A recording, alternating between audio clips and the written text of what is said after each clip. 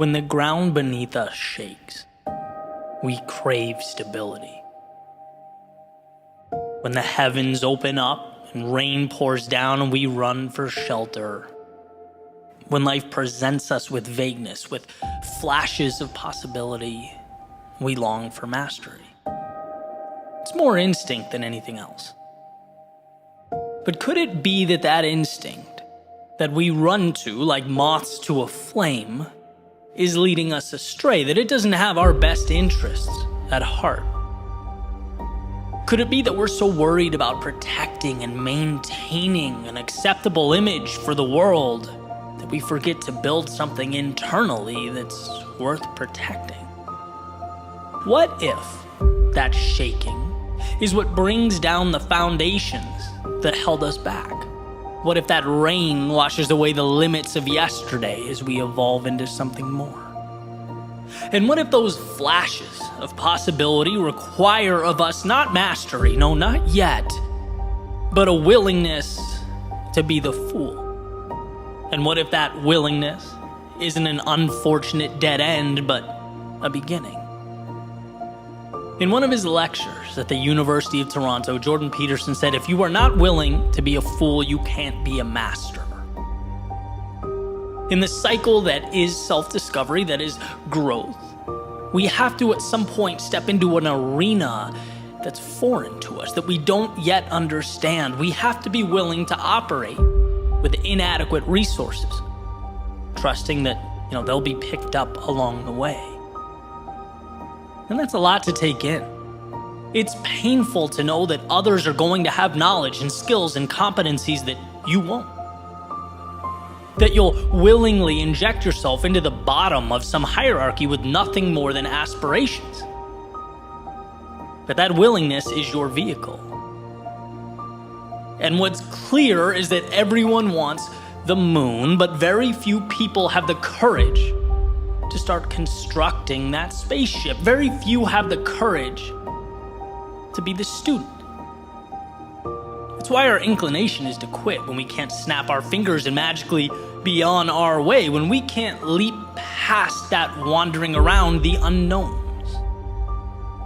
The reality is, we have to fight, to scrap to obtain that sense of belonging in a particular competency. And just talking about it brings me back. It's an obstacle that we all face. It's super real to me. I remember being featured on a podcast where the host literally asked me, why should I listen to what you have to say? Right? Like, who are you? Why are you road mapping your journey? Right? I remember fighting for relevance in an area in which, at the time I knew almost nothing about. And I love how Peterson articulates this battle. He says at some point, you'll want to make a change and you'll feel like an imposter. And guess what? You are. But you have to be. You'll ultimately feel worse if you don't do it. That's imposter syndrome. Feeling like a stranger in your own body. And guess what? It's not wrong. It's just a beginning. I like explaining it like jumping into a cold pool. Feels uncomfortable at first. It feels out of place, but then things normalize. They become comfortable. And what's the other option? To fear that minute of discomfort and never jump in? It's what we need to tell ourselves when we want something, but the climb seems too steep, right? That climb is manageable. You'll acclimate. The adversary's pushing beyond that fear of starting anew. Taking your limited understanding, bringing it to the base of that mountain, a new Goliath, and looking up with confidence. And the question is, can you be foolish enough to do that? And once you've made that ceiling your next floor, will you be foolish enough to do it again and again and again? And breaking through that fear, knowing that stumbling around for a period of time doesn't kill you, it's required. It's the inability to show weakness or appear vulnerable. That's what chips away at you for a lifetime. If you want more, immerse yourself in that cycle of mastery. Start at the bottom and ascend. And when you approach the top, separate yourself and find another ceiling to chase. Replant a seed. Play the role of the fool again. This is the formula for growth, for prosperity, for fulfillment. This is the pathway to anything of substance. You take your L's, you embrace your critics, you swallow your pride, and move towards a tomorrow that far exceeds today. As your reality changes, your perception changes, the company you keep changes, you'll start to see that what's around you is made by people who are willing to fail and fail often. Our world is one devised by those who could put pride on hold, by those who were humble enough to crawl through the unknown long before they ran anything, who knew that before they played for any title or championship, they must first play the fool.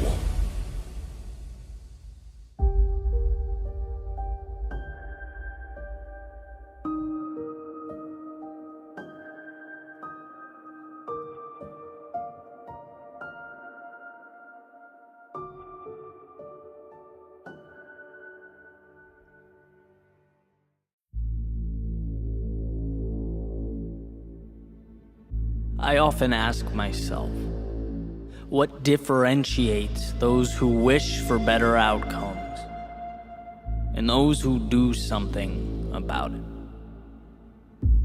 What separates the dreaming from the progress and the wishing from the reality? Sure, life is complex. There are a lot of moving parts to understand. But I think this element is simple.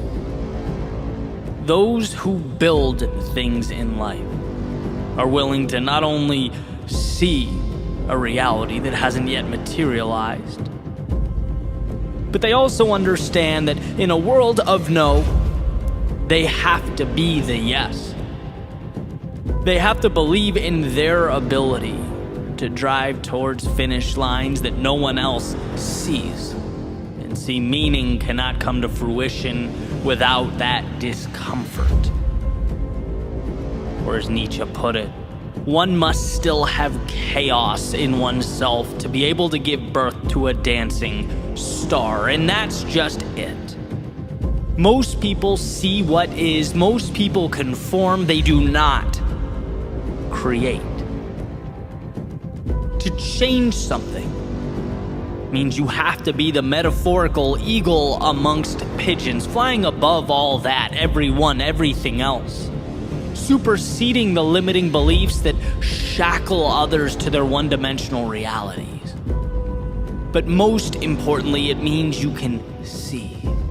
You can see what no one else can. You have line of sight to what no one else understands. See, in this world, no one walks up to you on the street, puts their arm around you and says, "Hey kid, that dream, follow that, because I can tell you're going to do big things."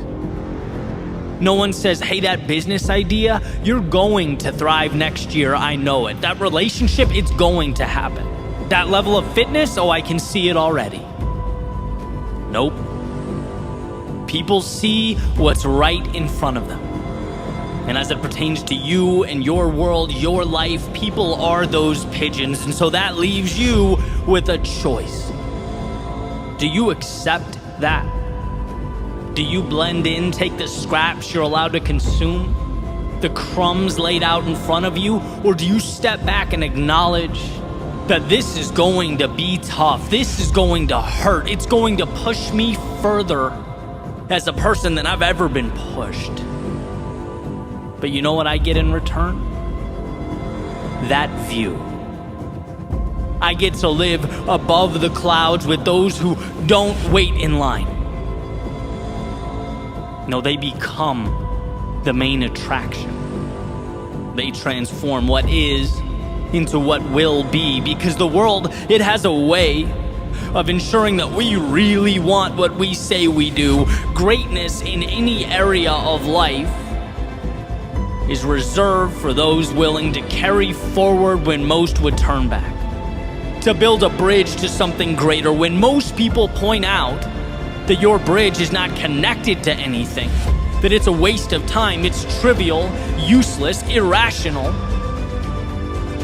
good. Changing your life in the world around you has to be irrational. Taking the status quo and shaking it, saying, I'm going to alter this landscape, is irrational. But from irrationality comes the future. So when you feel like the world is against you, when you have an uphill battle to climb, when there are a million reasons for you to turn around, understand that this is nothing more than an indicator that you are right where you need to be, against the current, bringing something new to life. See, if it were easy, it would already exist. But changing your life, that makes you an architect of the unseen. So build. On the days you want to, build. On the days you don't, build. When they understand, build. And when they assume you've altogether lost your mind, build. Sure, it's not easy, but it's worth it. And when tomorrow comes, and it looks a lot different from today, when you've grown, evolved, transformed, and you look back and don't even recognize the person you once were, that won't be because you listened to the chirping of the doubters and the naysayers. It won't be because when strangers told you to give up, you packed your bags and went home. No, it will be because you rose above all that. They saw empty space and you saw a world undiscovered. They saw your head in the clouds while you built those castles in the air. You were always on a trajectory to something greater. You didn't need to convince them. You needed to convince yourself. To unlock the shackles and take to the sky, leave everything that once held you down behind. This isn't about anyone else. It's about the conversation between you and the horizon that awaits.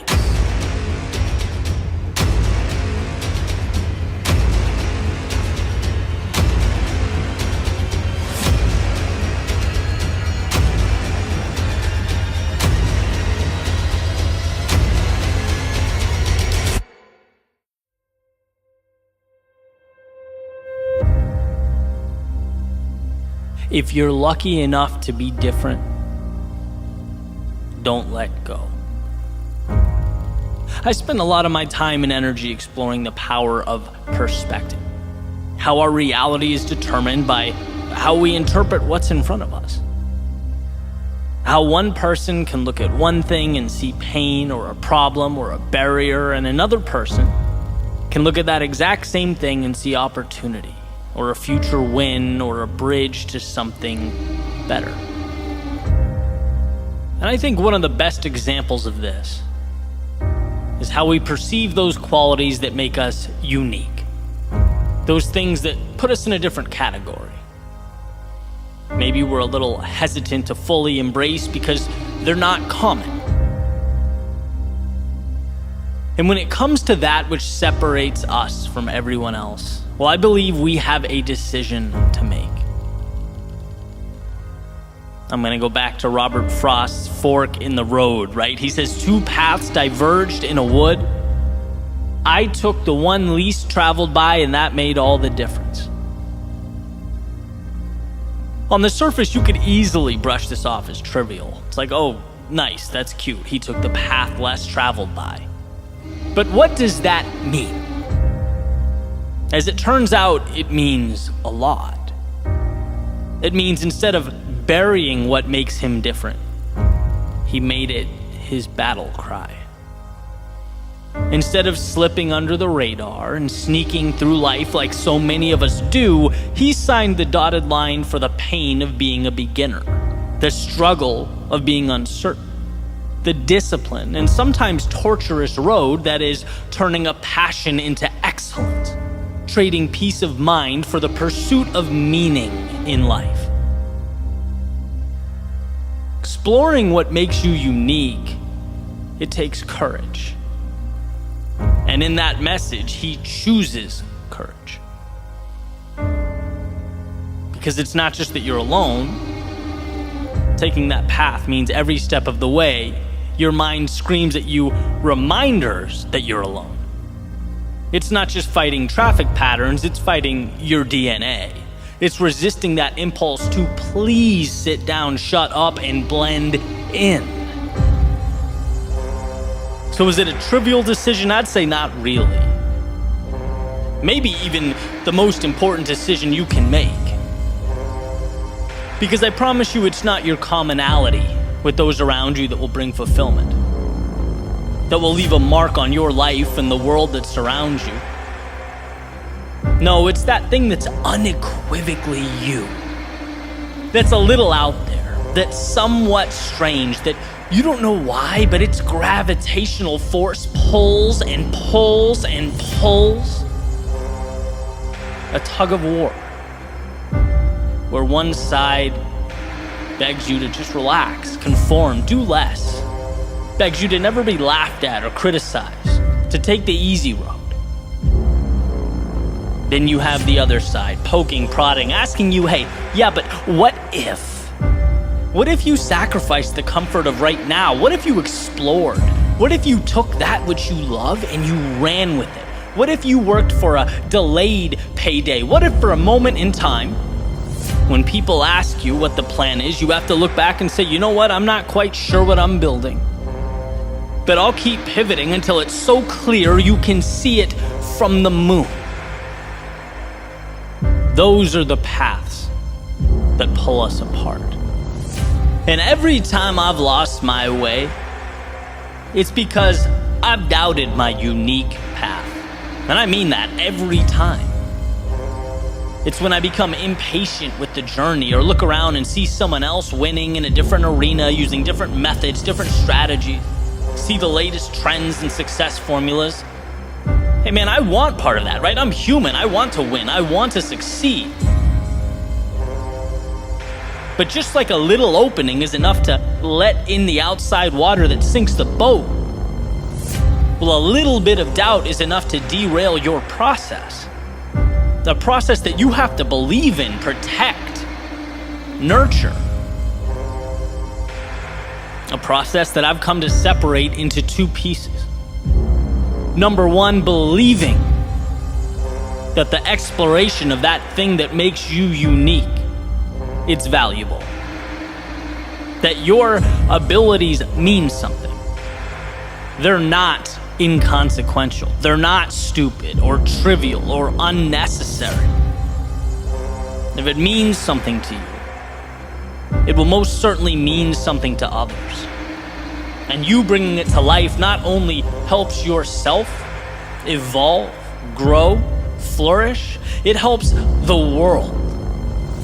You just have to believe that enough to bring it to life. That's number one. Number two, trusting that as long as you don't stop in pursuit of your unique self, you can't lose. You can't lose. And I don't mean continuing to ram a square peg into a round hole. I mean growing, learning, experimenting, seeing what works. There's a saying that when you hit a dead end, it's not that the goal or the dream should be abandoned. It means the plan needs to be changed or adjusted. And as you get better and more experienced and continually work to adjust your strategy and your plans, learn from your mistakes, it becomes a matter of time. You increase the odds with every step forward. Being different is the most precious thing afforded to you. But to realize that miracle requires a combination of both the mythical and the practical, the imaginary and the real. Dream that dream, visualize that growth, create a world out of those ideas that don't exist yet.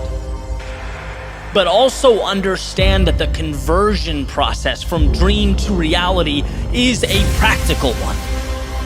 It requires repetition. Learning, losing, adjusting, and people don't like that. It's much easier to blend in than spend years pushing through the agony of setting yourself apart. But it's worth it. And the evidence is so obvious, so plainly pointing to the fact that we only celebrate the outcasts, the crazy ones. We sit around campfires, listen to lectures, watch movies and documentaries about the people that had every reason to doubt themselves but kept moving forward.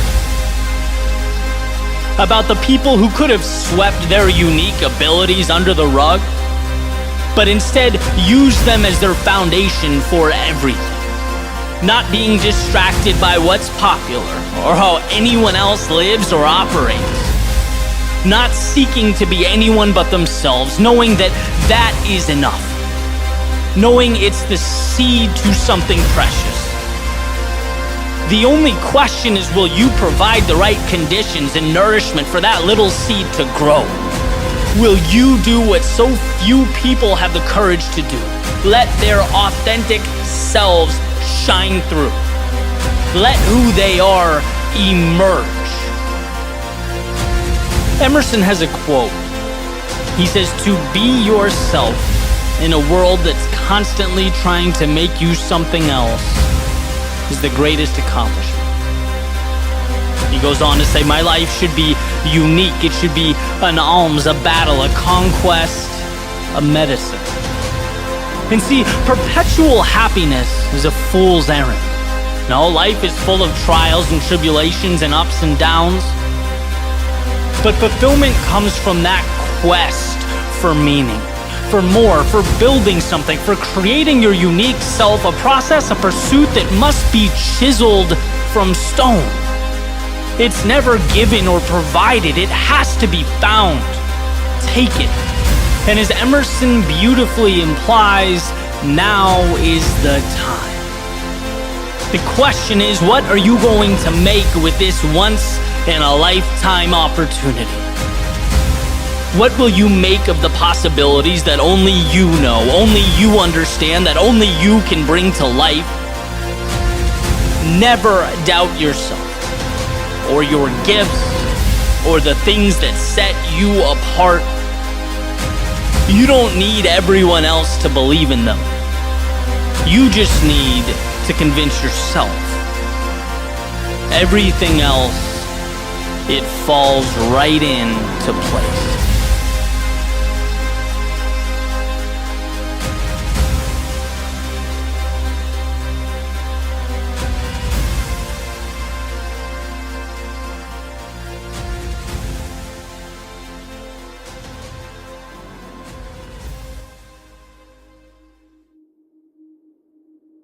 Everyone wants to change the world, but no one wants to change himself.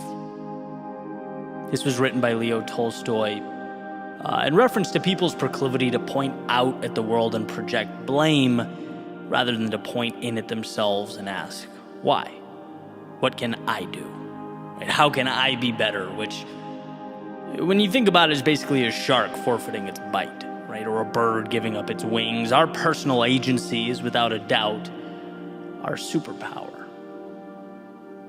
Yet, from my vantage point, sometimes feels like we're walking away from that superpower, a tiny step at a time. Little by little, day by day, we're allowing greatness to fade while bringing about the death of the hero. And well, that's a pretty big claim. What could I possibly mean by this? It's funny, when people ask me what I'm most proud of, my mind pretty quickly goes to my work, the brand that I've dedicated the last almost decade to building. But I don't think that's right. I think it's a product of my answer, but it's not my answer. What I'm most proud of is chipping away at the monster that is the victim mentality. My default when things went wrong for so long was to feel bad for myself. It was easier to be the victim and sulk than it was to keep taking the hits. It's like a cheat code. When you can just bask in your sorrow and hate the world, you don't have to do anything. It's like a giant ibuprofen for the discomfort that is life. But it relieves the symptom, not the cause. And to understand, to overcome this worldview is like being gifted with a new pair of eyes. And what I learned was that self-pity, it gets you nothing. It leaves you resentful, disappointed, envious, wandering down a path that is not your own. What I learned was that my story needed a hero. That's why as I grew, I spoke about the power and the beauty of doing the difficult thing. Running in the rain, chasing the metaphorical fireflies, taking the last train home. See, until you immerse yourself into that vast unknown, you stay in a cell of your own making. You build walls of limitation and you exist entirely within them.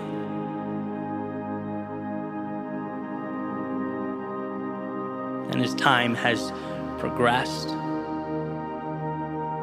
I look back, there are two things worth mentioning. One is that we find life's meaning in the difficult thing.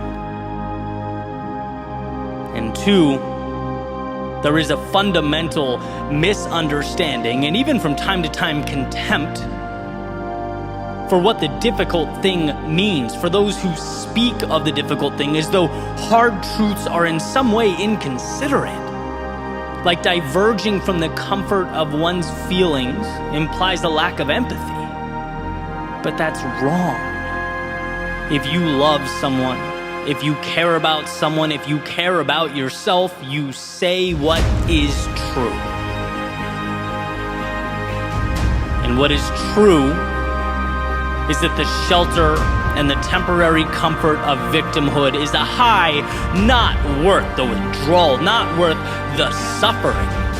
It got me nowhere, it will get you nowhere, and that is a reality that will never cease to be true.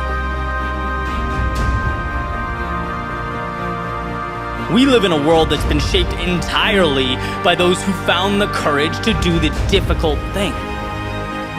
Everything around us is a product of the courageous decision to take the now and bend it. And that means taking hits. It means being criticized. It means by definition you are choosing to be uncommon. You're choosing to change things, yourself, and by default the world around you. There's nothing wrong with being common. Quitting is relatable. Failure is relatable. Falling short is relatable. We're all human and we've all been there. But these stock features of humanity, they are not worth celebrating. We don't put on pedestals the familiar. No, we put on pedestals the times that we've reshaped the familiar. And a world of participation trophies is a world that has disincentivized that which makes life worth living. It cripples the very pursuit that ignites the soul, a push towards the extraordinary. It's time we resurrect the hero. See through the facade of short-term comfort that leads to long-term emptiness. In a world where attention is currency, it's time we acknowledge the payment we receive when we play victim buys only despair. Sure, we're flawed. That will always be true, but we are capable of manufacturing greatness. We're capable of capturing hearts and captivating minds. If you could only see within yourself that story unwritten, if you could feel the greatness that awaits, the roads to be traveled and mountains to be climbed, there would be no debate. There'd be no hesitation about that march to the belly of the beast. If only to show that our demons exist solely where we allow them to. Resurrect the hero. Fight those battles that light you up. Blaze your trail through the valley of darkness. Take that path unknown to the common man, unseen to those who live within the confines of what is. Resurrect that hero, because you need you, because the world needs you. There's no time to be down or sad or dwell on the mistakes of yesterday. There's too much on the line to pretend that settling was the plan all along, or to point at the obstacles with disdain and hatred while life rotates around you. No, resurrect the hero. Resurrect your answer. Resurrect the person you were meant to be. It may not be simple or intuitive. It may cause you to give more than you knew you had. It may not be easy. But my friend, easy never changed the world.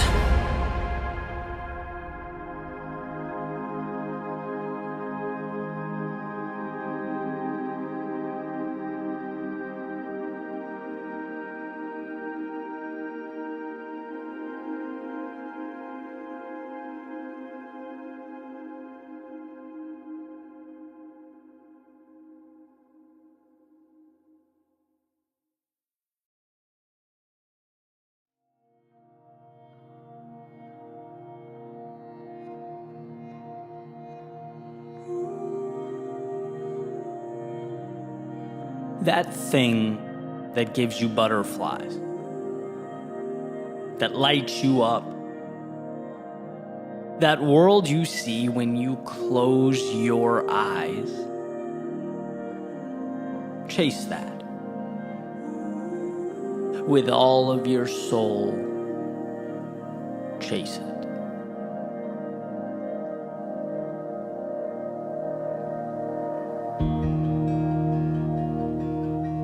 It's easy to brush off life's potential. It's just outside the realm of possibility. To see the ideal as some form of window shopping that you can almost touch. A fantasy to be explored when you sit back in your office chair or pass time in the doctor's office waiting room.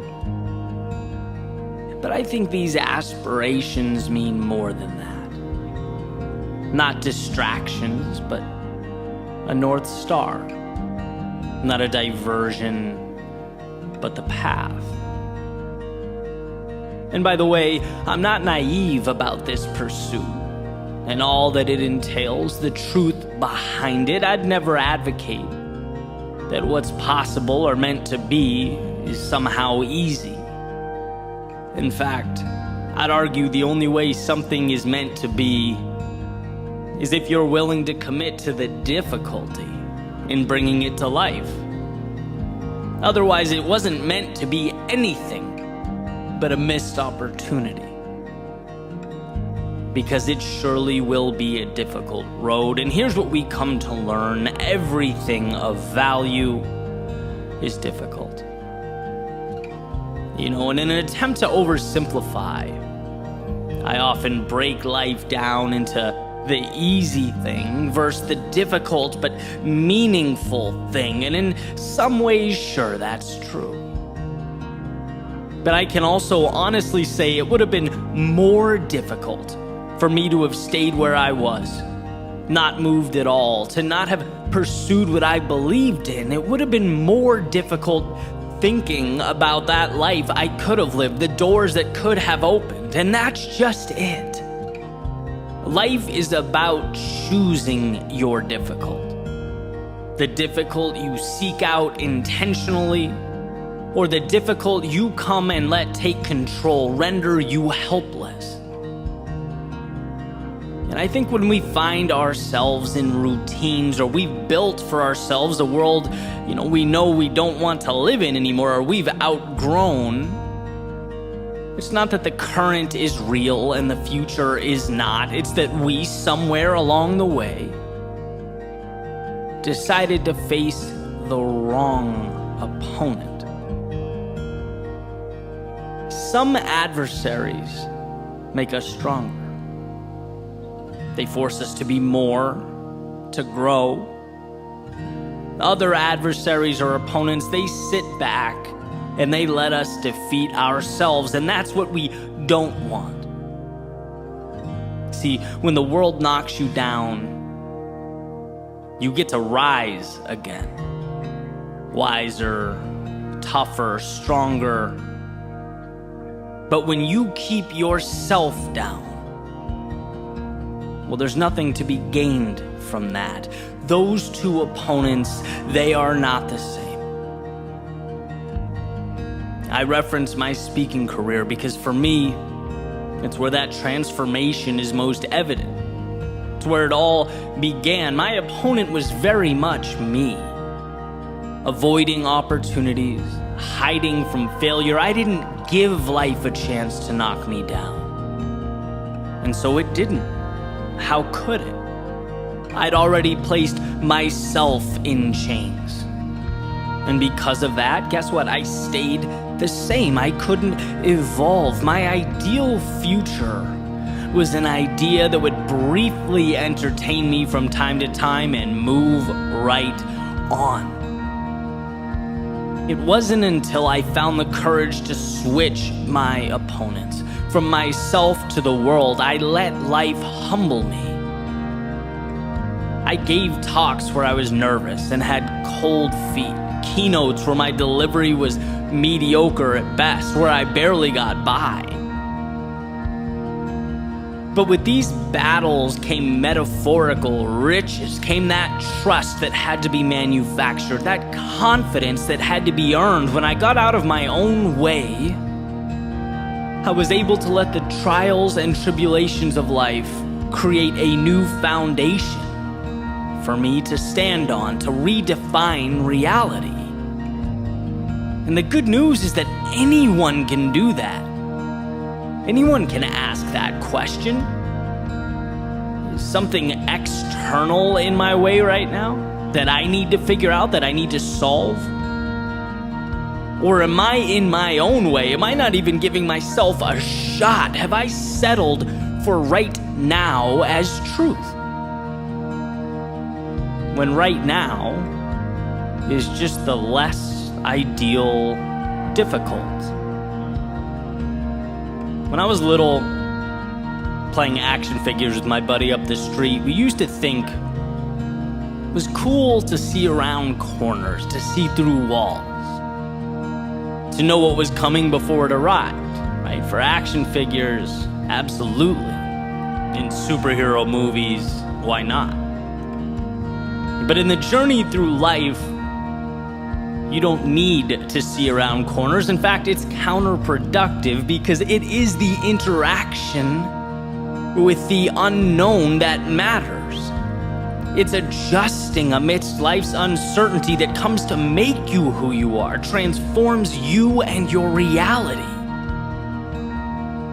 As far as I'm concerned, the only way to lose is to remain behind that corner, peering out every now and then, hoping to get some kind of advantage or shortcut, willing to let life pass you by while you wait for the stars to align, thinking that that vision of an ideal life will stroll along the sidewalk, see you and reach out a hand. That wait will be a long one, unproductive and difficult, more difficult than trusting yourself to face whatever lurks around that corner. So remember that who you are is built, and every time you do something a little bit scary or unsettling, every time you wander a step or two outside of your comfort zone, the reward is not just the short-term triumph you feel as you leapfrog that obstacle and carry on. No, you are investing in a new you, a new reality. You're investing in something changing before your very eyes, putting a little marble in a jar that is your potential, and you can't see it, not now. No one's going to announce it to you. You might not even realize or understand until you look back years down the road. But those little acts of courage, they matter more than you know. They're not trivial, and they are certainly not insignificant. When that movie plays in your head, and you think to yourself, I wish, or if only, and the delta between that image and The reality on the ground disappoints you, gives you a little knot in your stomach or dissatisfaction that floats around in your thoughts. Remember that feeling is transferable. That difficult can be exchanged for one that actually changes things. You can get off the merry-go-round and towards a new North Star. Difficult, yes, but we've seen the goal is not to avoid difficult. It's to pick the difficult that will transform your life. It's to find meaning in a world that, if you do not pay attention, will paint your landscape with routine and obligation. And today can certainly be a continuation of that script. A box that's checked, a calendar square with an X. Or it can be the beginning of something that gives you butterflies, that lights you up, that brings you one step closer to the world you see when you close your eyes.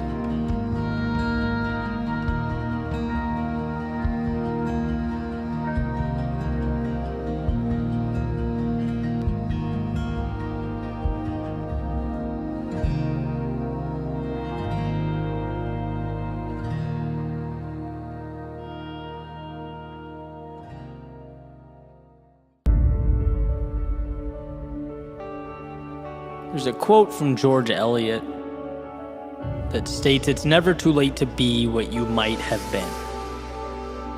And see, that ability to separate the stories of yesterday from the stories of right now will always be what determine your tomorrow. I'm still searching for the best way to really articulate this message, to emphasize just how precious this moment right now could be. If only we decided to make it so. If only we recognized the power in choosing to begin again. Now, I understand the power of habits, how they define us, and how, practically speaking, change isn't as easy as saying you're going to be something and then just becoming that thing. No, you have to build habits, your actions. They become your life, and there are plenty of resources on habit building. James Clear being one of my favorites and someone I point to often. One of his best quotes, he says, "The task of building a good habit is like cultivating a delicate flower, one day at a time." Right? Meaning little actions over time create big results. But before any of that, before any steps, before any habits, before any action, we have to know that once a page is turned, it's gone.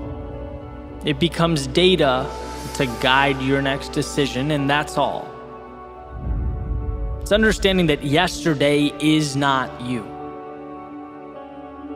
Only a resource for you to look back on as you reflect on what worked and what didn't, what you loved and what you didn't love, where you went and why it mattered.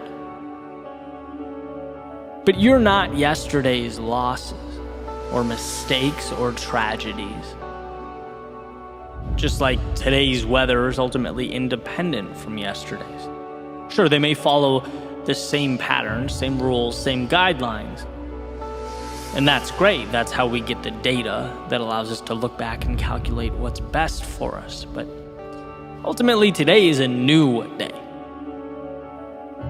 A day with the potential, the capability of becoming something extraordinarily beautiful.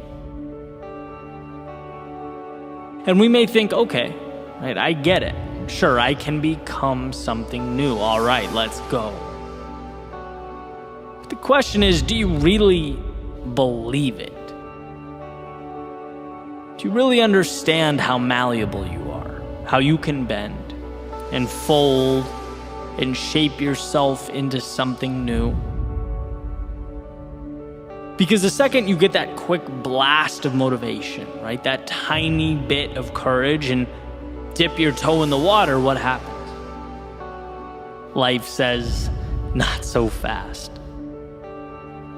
Your mind presses play on a giant projector, showing the film of who you used to be, right? Not who you want to be. Social media displays a seemingly perfect collage of everyone around you pretending to live problem-free lives and prompting you to think, oh, this must mean I'm doing something wrong. Right? TV, news, media, politicians tell you that life is too hard. You're too oppressed to find your way out of this. Of course, not without their help. So why try, one might think? Friends may disappear, or worse, criticize the fact that you've changed, as if that wasn't the point of life in its entirety. And my message is this. Yes, change comes from habits. And yes, habits are small, daily decisions, but also creating that mental space to welcome in those new habits, to understand you're worthy of more, to understand right now is a beginning. That is both the greatest challenge and greatest accomplishment. Giving yourself permission amidst an endless array of adversaries. That's what makes or breaks you. Not how close you keep your running shoes to the door so that you see them and it triggers those AM workout sessions. No, that stuff's important, but does it matter if you don't see yourself as someone who's going to use those shoes as a tool to change into something new? To put them on when you don't want to, when you feel tired, when you're busy? Who are you going to choose to be? And can you hold on to that idea? See, I obviously enjoy motivation, right? I consume a video or an audio almost every morning. I feel like it gets me in the right headspace, and then I get on with my work, right? And for the most part, it does a great job of communicating to us what we need for that moment. It's like, believe in yourself. Work hard. Don't you dare give up. Amen. But where it sometimes drops the ball, in my opinion, is the why. Why believe in myself? Why work hard? Why not give up? And the answer is because we are these incredibly gifted beings with the ability to change and adapt and grow, but are confronted with a world that wants to tell you no. Change is immediately met with resistance, as if it prefers life at rest. It begs for stagnation. And you even thinking that you can rearrange the order of things shakes life at its foundation. And when we feel that, there's a default uncertainty, a mini panic. How can something be right when it just feels like every move forward is a right hook to the face? Like we're constantly pushing into the headwind.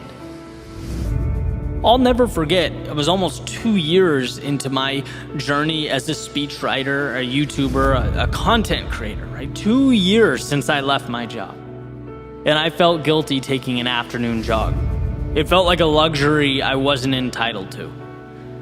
Something that minimal. It took time for me to stop thinking about that and enjoy it. That's how crazy it was.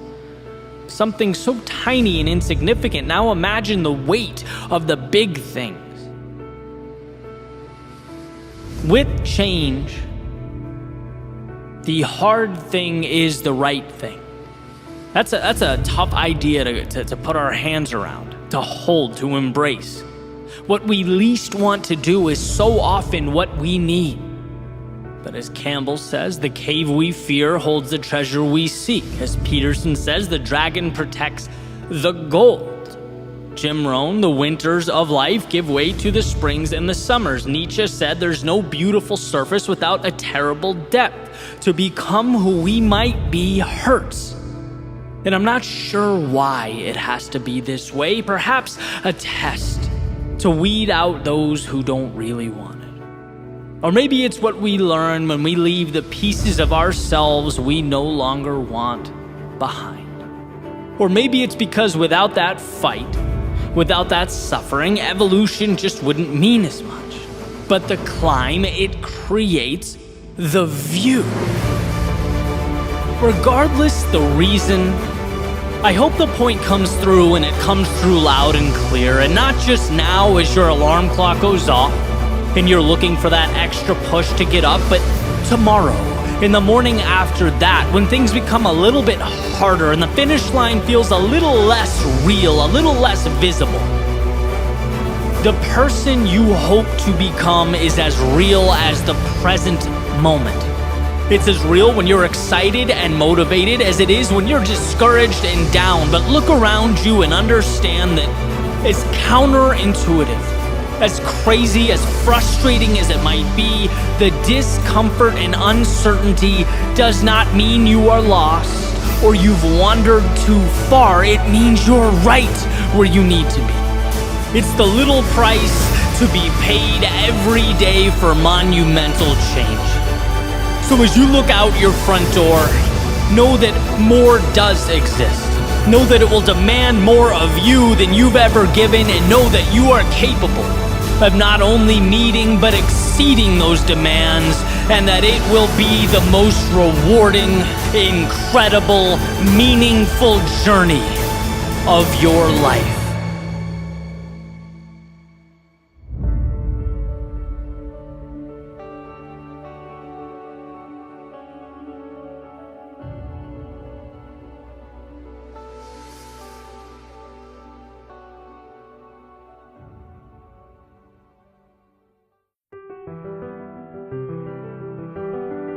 Dream away, because dreams remind us of hope. Hope that becomes courage. Courage that manifests itself in little steps forward. Steps that over time create a new world that looks a lot different than the one you once knew. So dream away. Dream away, because we have all been blessed with the ability to take nothings and make them somethings. We've all been given the power to take blank spaces and make them landscapes, to see with our eyes worlds that aren't yet there. And what a shame it would be to repress that gift, to label it fiction, to keep it next to our books and our movies. How much a tragedy to allow it to be merely a temporary escape, instead of the permanent beginning it was meant to be. So dream away. Let it lead you, because dreams, they'll either become the stories we tell or the regrets we hide away. A personal evolution or untapped potential. The reason we jump out of bed in the morning, or the reason we keep our eyes closed, clinging to the last few seconds of joy before we confine ourselves to the self-made prisons we built, the invisible walls that separate what we see from the possibility a short trip away. But look around you, one might say. This is reality, and this looks a lot different than the dreams that bounce around in my head. If dreaming was some magic formula, I'd be there already. Well, magic isn't quite my claim. No, dreams are not magic. I think their composition is so simple, so practical, so obtainable that magic, it isn't needed here. In fact, thinking dreams require some larger-than-life magic might just be the problem. Dreams require a willingness to start and a single step forward. The rest Well, the rest we figure out along the way. Every little decision to carry on through the haze of that great unknown, that's where we discover life's possibility. And if that's magic, then my friend, we are all magicians. Okay, he might inquire further, but is any of it guaranteed? Well, that's a highly complex question as we make our way through this highly complex world. But I will do this. I'll guarantee one thing and one thing only. If you do not dream of better tomorrows, today will be eternal. Things will stay exactly as they are now. See, your dream is the North Star that guides the path. The target calling the arrows, it's the lighthouse that brings the ship home from sea. And without a foundation to build upon, you'll have nothing to stand on. So instead of talking about guarantees, let's talk about lost opportunity cost. Let's talk about what happens if you don't go, if you don't explore, if you don't build. What will you miss? See, most people, they only understand what has already been created. Let's not be most people. Why stay in the lines when there's nothing else to discover? Why black and white when color changes the dynamic entirely?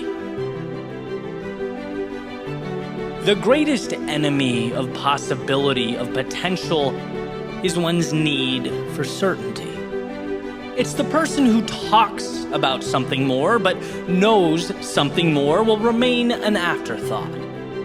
Because as beautiful as it sounds, it's not guaranteed. And because they cannot guarantee something better, they will guarantee the status quo. But I'm asking you to see the flaws in that line of thinking. I'm asking you to understand that our very biology cries out for safety. That we have to fight our urge to settle. Our desire to take the monster we know over the one we don't, because it's the monsters we don't know that put meaning into life. It's the journey that elevates the destination. And while it might feel like what you want in the short term, that long term, it sings a different tune. To get where you need to go, you have to move into the headwind that is the comfort of now. Find within yourself the courage to simply crack the door, to just let a little bit of light in and see how it forces its way into every corner of your soul. Once you feel that satisfaction of progress, you'll be consumed, pulled in, as though the only thing larger than fear of failure is the rush of becoming who you were meant to be. I once heard something that changed the way I looked at the world, something simple, the idea that we don't climb the mountain for the view. We climb mountains because of who we become on the journey up. The view is merely representative of that journey. The dream isn't in and of itself the goal. It's an invitation to immerse yourself in all that is beautiful, meaningful, worthwhile, jaw-dropping, eye-opening, and powerful. It is what cracks that door and lets the light in. So dream away. Because that dream, it's no threat to your safety. It's what will ultimately save you. So dream away. Dream away so that you capture that sunrise you were given. Dream away so that you are pulled to that which makes life worth living. Dream away so that you never lose that child inside.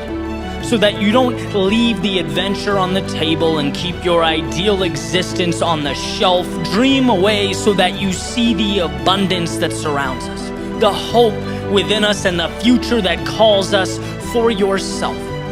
The people in your life and the ones who eventually will be, dream away.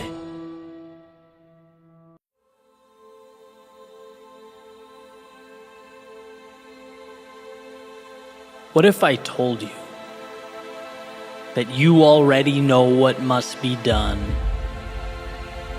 You just need to put yourself in position to do it.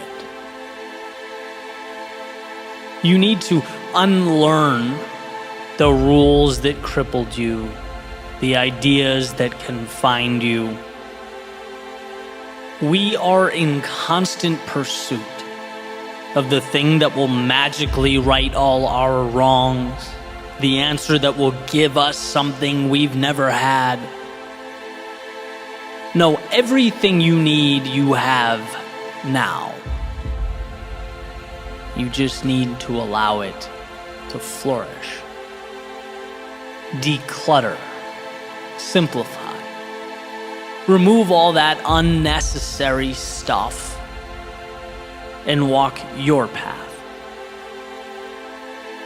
Einstein once said, "Everyone is a genius.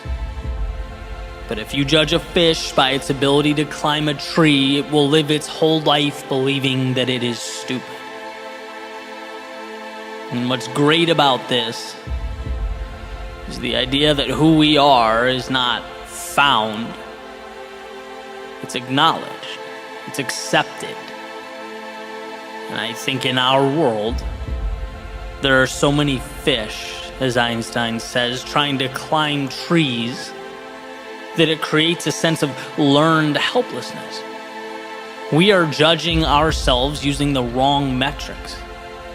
Equipped with the skills, the characteristics, and the abilities to win in our own arenas, but playing in someone else's. How loyal are you to your own instincts? Do you do what you know is right?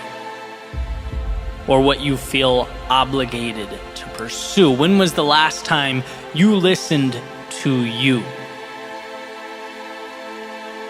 In Tim Grover's Relentless, he introduces a brilliant metaphor. He says, a lion doesn't have to be taught to be a lion. It just is. It hunts, runs, roams, explores, lives life the only way it knows how. Now, if you capture a lion, bring it to the zoo, or put it in a cage, it will carry itself differently. It will lie down, move around lazily, sluggishly navigate its little space. To passersby, they'd never know what that lion really is. They'd never know what it looks like in its element. But despite all this, it is still, in fact, a lion. It maintains that killer instinct. His characteristics haven't disappeared. And if it were released from the cage, it would go right back to doing what lions do, being what lions are meant to be. It just has to ditch the cage. And the point is, perhaps, so do you. There's a little light in your soul that waits day and night to explode into something meaningful, where your nature meets your environment, where the I shouldn't do this, the odds are impossible, the I'm not good enough, I can't lose what I have now, where all that fades away, where it's left behind you. And you're finally free to reign over your own territory, your own life, your own empire. See, we constantly feel like our glasses are empty, like we're missing pieces, in need of something, just one more thing. That will be our answer. That's all we need. And I can say with confidence, it's not about what you need, it's about what you no longer need. It's about mitigating the noise so what matters can shine through. Removing those people in your life that drag you down or add no value. It's about getting rid of the things that make your world unnecessarily complex. Removing the need for immediate validation, success, and accolades. And instead embracing the little hinges in your life that, as W. Clement Stone said, will ultimately swing the biggest doors. We all have the lock, the key, and the map right there, amidst the trivialities of our day-to-day. And we walk right by them, look right at them, we pick them up and put them down. But have we learned to truly see them? Everything starts with that awareness. My life did not change until I recognized that. Until I began asking myself questions I'd never asked before. Big picture questions. Obvious questions. But just because it's obvious doesn't mean it's always intuitive, right? What do I want out of life? What is important to me? What's something I love doing that I can dedicate myself to? That I can commit to being great at long term? That I'm so immersed in that when the inevitable down times arrive, the losses, when the doubt and insecurity creeps in, I can keep moving forward because I'm so in love with the process that I don't let the little things like that define me. As Jordan Peterson famously puts it, choose your sacrifice. A life of meaning isn't easy, but there's nothing more fulfilling. Because when you embark upon that journey, it allows for the evolution of the self. We can become something more. As Nietzsche says, those who have a why to live can bear almost any how. We equip ourselves for anything the universe can throw at us. We position ourselves to evolve. Viktor Frankl says man's main concern is not to gain pleasure or to avoid pain, but rather to see meaning in his life. To align yourself with and pursue that which is your reason for living, that's how we transcend the day-to-day life we've come to know. When we breathe in possibility, dance with the infinite, and of course, something of this magnitude. It consists of ups and downs. It's not the easy road, but it's the one worth taking.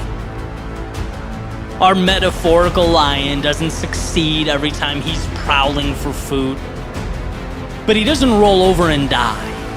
He doesn't recede or quit being a lion. He gets up tomorrow and does it again. Because it's who the lion is. And while life doesn't unfold until you find that same thing for yourself. And people say, well, I don't know. That's the problem. I have no idea. That's not the problem. That's the essence of life. That's the beauty. You're here to explore and find that for yourself. But the power is knowing you're not looking for something or someone to save you. You're looking for an environment in which you can best be you. You're looking for the right terrain to share your gift with the world. If you have what you need, then you're not looking for the product. You're looking for the delivery mechanism. The vehicle to nurture and transport your value to a world that desperately needs it. You're looking to build yourself up and in the process, amaze yourself. Look, what you're capable of is beyond comprehension. It's limitless, almost unfathomable. But it is, as Ryan Holiday says, a confidence that must be earned. So start now. Earn it. Let yourself succeed. Your intuition knows what feels right and what doesn't. But the seed must first be planted. So make today about setting yourself up for success, turning off the idea that you're one piece away from completion, 1 minute away from starting, that you're almost ready. No, you are ready now. You have what you need now. You know what's necessary now. You just have to be your own ally. Put yourself in position to be yourself. Let your values shine. Double down on what matters to you. Look, it's not a game of acquisition. It's a game of courage. Do you have the courage to be who you are? To follow that potential, that possibility into the great unknown.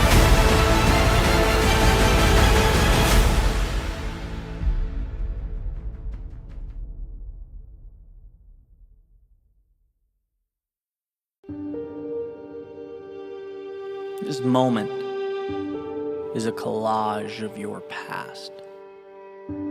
The steps that brought you here, the things that shaped you. It's a story comprised of what you choose to remember. And so I ask, which memories get your attention? Or do you choose to shine that potentially life-changing spotlight? What are you looking back on? Do you remember those times you felt lost? Those times life was turned upside down, when you went into panic mode, when your perfectly mapped out reality was shaken at its foundation. Yet you got up and found steady ground, didn't you? Do you remember that? Do you remember when the things you thought were forever turned out to be as fleeting as a setting sun? When you realized a life well lived would mean figuring out the vast majority of it on your own, relying on your courage and your strength. Yet you pushed into the dark of night and lit a path, didn't you? Do you remember that? Do you remember the hard hits? The blatant losses, the gut-punching defeats, when you looked in the mirror and thought, this reflection, it's just not who it needs to be. This burden is too much to carry. Yet you got yourself together, you found faith in your reflection. And you not only carried that burden, but you made something of it, didn't you? Do you remember that? What do you choose to remember?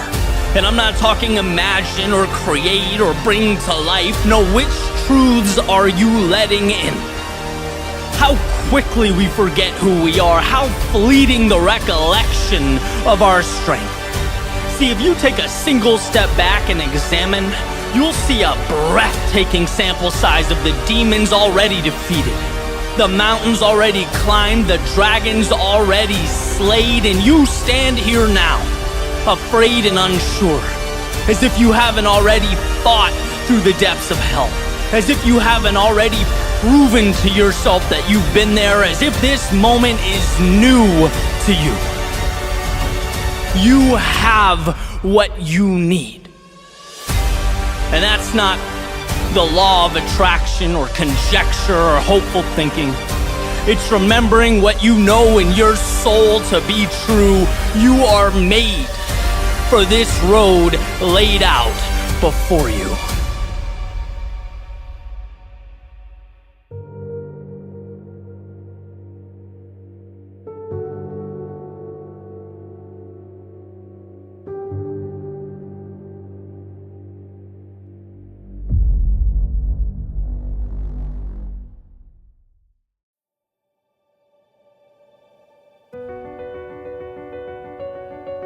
When the water rises, it's sink or swim.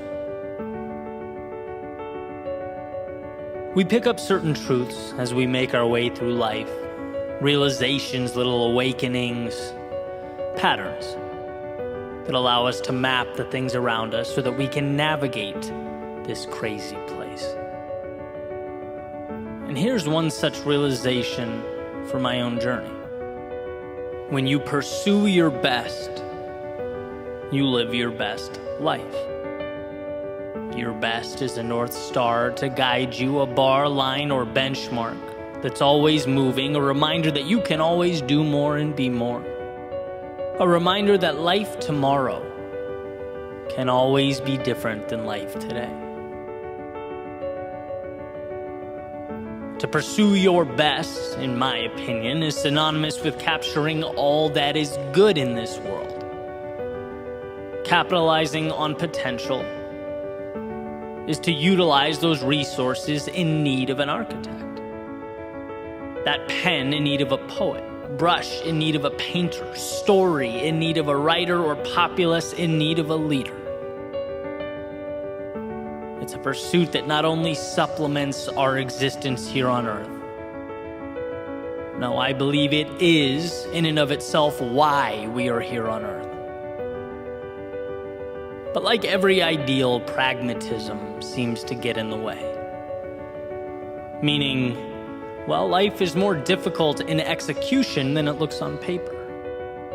We can't be our quote-unquote best every day. We sometimes fall short of that mark. Our outcomes don't always align with our expectations.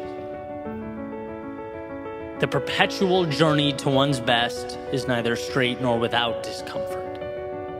It's more like the navigating of a new world without a map or compass, a world that we're by default ill-equipped to take on when we begin.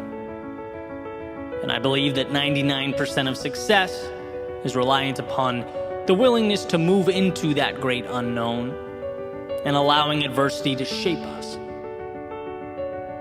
But that remaining 1% is a little bit different.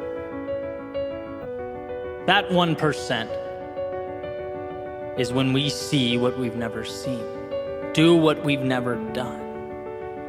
It's uncovering our best in those moments we feel our worst. Climbing the highest when we're at our lowest. When the water rises, it's finding a way to swim. See, the majority of life calls for tiny adjustments. It's observing and learning and moving on. But rarely do we talk about the darkest moments, when we feel as though we are up to our neck in the trials and tribulations of life. When the world doesn't relay messages of hope or prosperity. No, the only incoming message is despair. You're essentially David looking up at Goliath. Perhaps a Goliath of your making. Perhaps not, but a Goliath nonetheless. So why here? Why are these dark moments different than the 99%? Why is a stage provided at the very time when the limelight feels further out of reach than it ever has? Because this moment is when you prove to yourself who you are. You think you've dug deep in the past? You think you've given your all back then? No, you have no idea what you're capable of. The world provides a stage in our darkest moments so that you can pull back the curtains and illuminate your strength. It floods your world with adversity so that you can trust yourself to navigate the waters. And if you can find a way here, when the walls are closing, clock is ticking, and water is rising, what can't you do? Have you ever asked yourself that question? Those moments show us what we can be, and that is why the 1% is everything. Why is it that rock bottom becomes a bridge to so many new tomorrows? Or the losses we dread most become the change we need most? The answer is simple. Because in those moments we find within ourselves the keys to transformation. See, you didn't know that you can leap that far. And you didn't know because you've never been pushed so close to the edge, running at so fast a speed. But in those moments, you learn that you can take flight. You learn you have the power to stand again. So while the vast majority of life is saying yes when most would say no, it's how we choose to act while immersed in our lowest lows that provides the framework and the opportunity. I believe that the tears indicative of despair streaming down your face look a lot like the tears that emerge during our happiest moments. They are the same. One just precedes the other. See, despair gives you a chance to look at life differently, look at yourself differently, to look in the mirror and understand that the reflection looking back is capable of leading a revolution in your soul. And I get how hard that is, how detached from reality it might seem, but isn't that what tomorrow is? A detachment from the reality, the parameters and the rules of today. It's not until that seed is buried beneath the earth that it plants roots, that it takes aim at the sky, and when you are stuck beneath the chaos of life, you have to know that this is where you too transform. So forget yesterday's shoreline, this is where you build tomorrow's destination. Don't fixate on what is gone when you can dream of all that is to come. And don't dwell on who you were when you can celebrate all you will be. When the water rises, swim.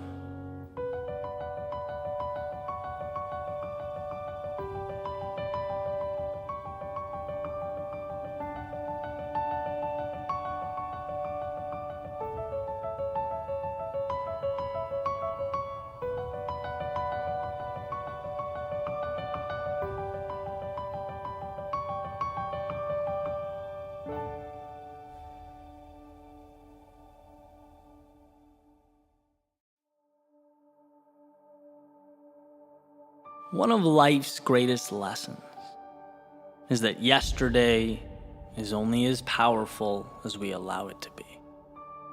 Yesterday is an idea, a story, a movie that started and ended. Now, it's quite possible that story or that ending is disappointing, or it hurts to look back on. Perhaps a reminder of something that wasn't ideal, something you want to break away from. So the question is, why do we give that old story power? Why do we relive it, create this self-inflicted wound? See, the past undoubtedly played a critical role. It brought you to where you are now. It, in many ways, shaped your worldview, constitutes your beliefs. It was the very road to this moment, and there's value in that.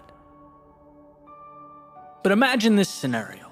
Imagine stepping into your car, turning the keys, and thinking to yourself that you can, in this very moment, only drive down the roads you drove on yesterday. Only associate with the street signs you know, the places you've already gone. Your reality now is determined by what you've already done. So adjust and get used to it. You would say that's outrageous, right? Yesterday's path has nothing to do with where I'm going now. Just like a boat's wake trailing off behind it has nothing to do with where it's going next. The person holding the wheel controls that. We are saturated with freedom. There is so much opportunity and possibility and potential in front of us that we fail to see because we can't stop thinking about that fictitious story we call yesterday. We confuse the path we took then for the one we need now, the wake from the steering wheel, what is, and that story about what was. The gateway to change is unshackling ourselves from those imaginary monsters And more often than not, the answer isn't in finding some solution, it's in cutting ties with those things that no longer serve us. Then we see the world as it truly is. Then we see the magic laid out before us. And I get that it's easier said than done. Leaving a part of us behind hurts. Looking in the mirror and being vulnerable enough to say, I can be more than this. It's not easy, but it's possible. And everything starts with how we see ourselves.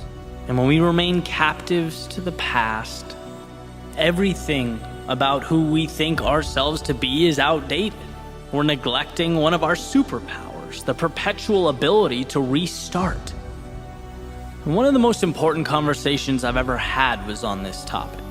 It seemed trivial at the time, but I was having lunch with a friend, and we're talking, and I mentioned to her that I was full. And she goes, well, then why are you still eating?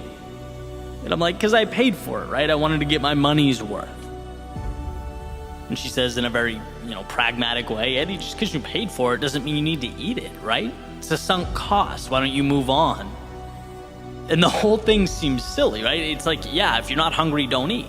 Move on. But in the grand scheme of things, how many of us keep on consuming that which doesn't serve us? How many of us stay too long when we should be letting go? We let the path behind us dictate the one before us. See, there's a tendency to overvalue what we know, to feel so invested in how things are, even when we're not happy or it's not healthy, that we'll take the pain of now over the potential for something greater.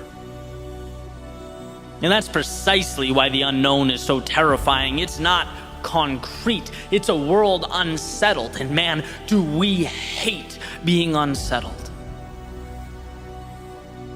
But what we fail to realize is that every time we close our eyes, take a breath, and work up the courage to step into that unknown, to leave yesterday behind us, life gives us new pieces. It resets the stage. It provides new tools to build something incredible, something more ideal, more conducive to our goals, our hopes, and our dreams. And the thought is, well, but what if things become worse than they are right now? What if I move forward and I find myself more confused, more lost? What if things are more chaotic? And that may, for a moment, be true. But what we do is we adjust. We learn things we never knew. We see things through a lens that we never could. Touch things that we never thought existed. It wasn't in staying, but in leaving, that we rediscovered who we were meant to be. That we allowed our truest selves to flourish. And worst case scenario, contrary to popular belief, it's not that the world ends. No, the worst case scenario, should you find the courage to move forward, is that you end up right back where you started. A little more confident, a little bolder, and better prepared to live this life like you never had. All that's needed is for you to convince yourself that there is more.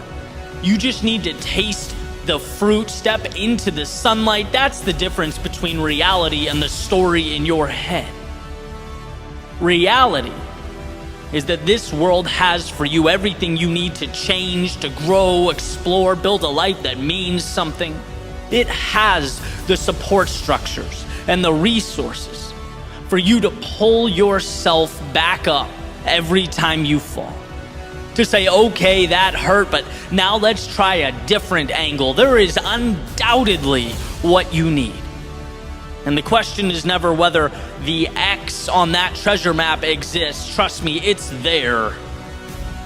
The question is whether you can pause that story in your head. The tales of a dark, mean, and scary world trying to hold you down. Pause the idea that you're nothing more than the you of yesterday.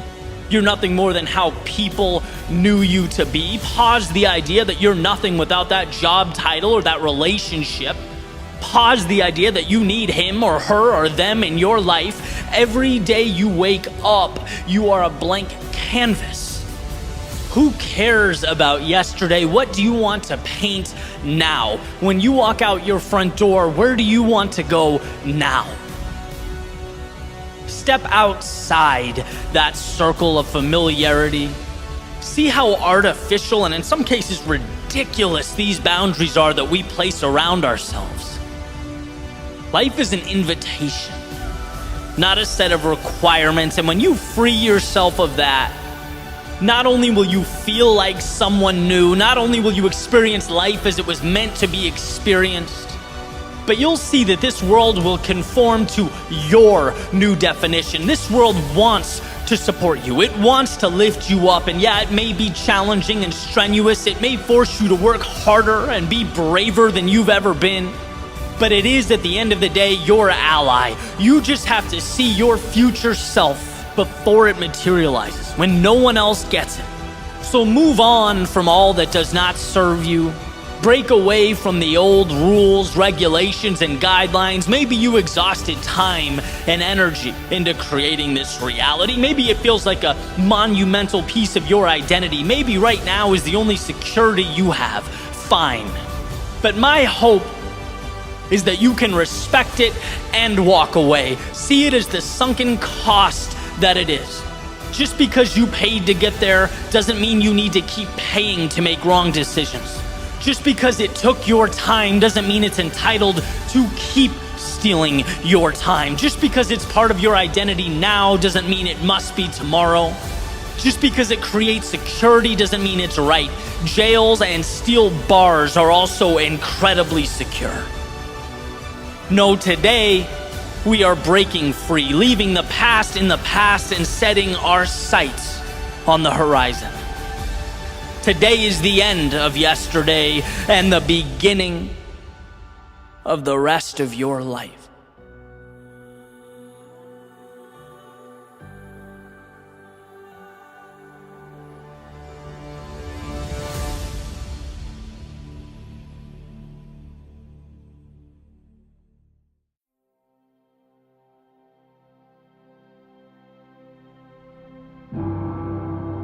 There's an idea coined by Aristotle that suggests knowing yourself is the beginning of all wisdom. I want to talk a little bit about why I believe that to be true. I went on a trip to the West Coast a few weeks ago, and obviously there's a time difference there. When I came back, I was a little jet lagged. Threw me off my routine a little bit, and for the first few days back in Florida, I slept in, which makes perfect sense, right? My body was still on West Coast time. But then 3 days went by, and 4 and 5, and then a week, and I kept setting the alarm, and I kept sleeping through it, and this drove me crazy, right? I love my mornings, and I can go into that some other time, but the bottom line is I kept, even knowing it's in my best interest to get up, I stayed in bed. Okay, so 1 week went by of going to bed, planning out my perfect day, setting the alarm, only to sleep in. It had evolved from, a reasonable transition to a clear display of personal weakness. Mapping out what was best and then failing to do it because, I was comfortable under those covers. Cue Einstein's famous definition of insanity, right? Doing the same thing over and over and expecting different results. See, my perfect day on paper continued to be obliterated by the very elementary and foundational challenges of reality. And if you think this is small, I just want to remind you that the little things ultimately become the big things, right? In other words, no one conducts themselves one way for the small and seemingly trivial aspects of life and then, suddenly levels up and becomes highly disciplined, an organized force of nature when it really matters. No, you are who you are. We're defined by our habits, and it filters into all aspects of life. That's why Admiral McRaven talks about, making your bed. You don't do the small things right, you can't do the big things right. And to me, this was a red flag. I wanted to fix this, perhaps needed to fix this. And I spent some time thinking about it. And as I was running, listening to an audiobook, it hit me. I made what I think is one of the most important connections I've made in a long time. And to explain this idea, I'm going to briefly kind of take us up a level and explore one of the greatest checks on human nature in the history of mankind. And then I'll bring us right back down to the practical, the alarm clocks, workout routines, and daily planners. Right? Sometimes the philosophical opens a door for the practical day-to-day problems we have in life, which is why I love connecting those dots. They help me see things with clarity. And so this began with a quote from James Madison in Federalist 51. He says, "If men were angels, there would be no need for government." And what he's doing there is he's making a case for a constitutional system or technology that attempts to stop the greatest threat to government ever to exist, which is human nature. He's advocating for a framework that will save us from ourselves. See, it's not that human beings aren't capable of incredible things, beautiful things, magnificent things, because they are. But it's because they are also prone to do terrible things. We're prone to act irrationally, to seek and hold on to power, to break off into factions and groups. And success of the whole over a long period of time requires more than anything else that we're able to, and this is the point, recognize and repress those inevitable negatives. Let's not be delusional and aim for the perfection of men, because humans aren't perfect. Humans will never be perfect. And so to wrap this metaphor up, that's why the US governmental system today is modeled all over the world, in places like Canada and India and Brazil. It's because it is brilliantly one of gridlock and conflicting interests. It's why the legislature is cut in two. It's why there's 3 branches of government all checking each other, a system of federalism, all because of the nature of man. See, sometimes what you prevent is just as or more important than what you create. Again, perfect? No. But the expectation of perfection, it destroys more than it builds. This idea of utopia, or the perfection of human beings, doesn't have a great track record throughout history. It dismisses human nature. So Eddie, what does this have to do with sleeping in the morning? What does this have to do with making tomorrow's perfect plan before you go to bed every night, and then seeing it fall to pieces when the pillow feels, amazing at 6 a.m.? Well, I'm going to hijack Madison's idea here. It's similar in the sense that you haven't allowed the best of you to take hold and flourish because you haven't addressed the worst of you that keeps trying to make its way into the picture. If you're aware enough to understand yourself and the things you do that get in the way of your happiness, you are on your way. Because you stop trying to jam a square peg of perfection into the round hole of reality, and you start operating practically. Looking to mitigate the things that you're doing that are constantly holding you down. Build checks and balances into your own life. I am no angel, and neither are you. So let's put ourselves in the best position we can to succeed and overcome the realities of life. Right? I mean, this very idea is why books like Atomic Habits and The Power of Habit have sold millions of copies, because they help us navigate around the mental traps constantly seeking to pull us into old routines. Right? The best way to not eat junk food, according to Charles Duhigg, don't have any in your cabinet. The best way to watch less TV, according to James Clear, hide the remote in a different room when you're working. Best way to stick to that workout routine, put your running shoes by the door, right? Make it easier on yourself to say yes, to defeat the demons that hold us back. Again, if we were angels in our own lives, we'd see that remote, we'd smile, we'd ignore it. We'd look at the Instagram app and we'd say, nope, not now, Instagram, I have a business to build. But we are not angels. And winning requires building systems into our own lives that allow us to win. So how did I defeat that monster that kept me in bed in the morning? By making it so hard to say no that it was comical. By checking my temptation so that failing was actually more difficult than succeeding. I made my bedroom immaculate, went to bed early, laid out my clothes, put my alarm clock on the other side of the room with a glass of water next to it, and an old album I made in 2014 to remind me how far I've come and the purpose of the journey I'm on.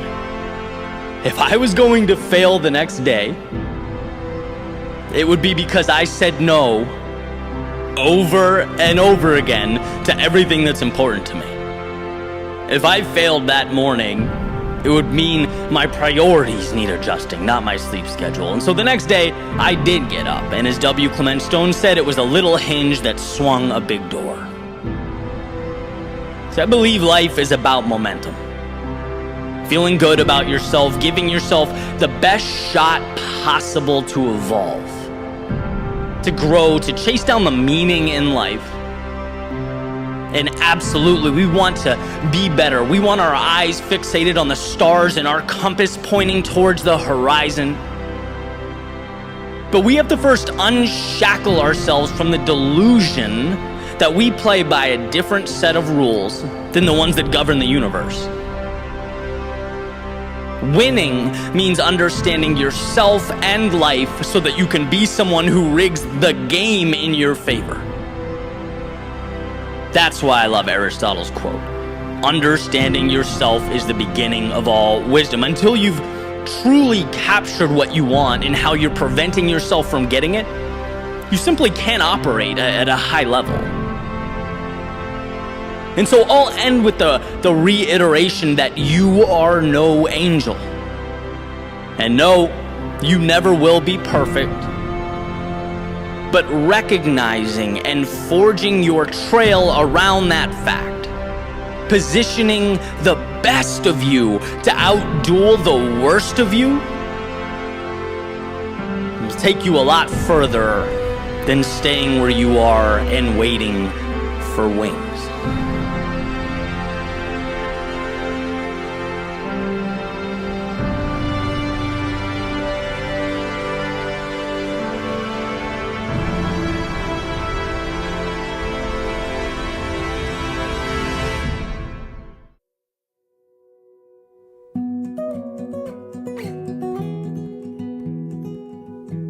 I woke up this morning to this songbird, singing her sweet melodies like only she knows how. Perched above the street, looking down at the people, the cars, but somehow indifferent to all that below. Like her heart was fully immersed in her song. As I got out of bed, opened the curtains, and let the early morning sun make its way into my room, I reveled in the moment. It was both simple and perfect, two things that often go hand in hand. And as I made my way to the kitchen for that cup of coffee, I had a thought.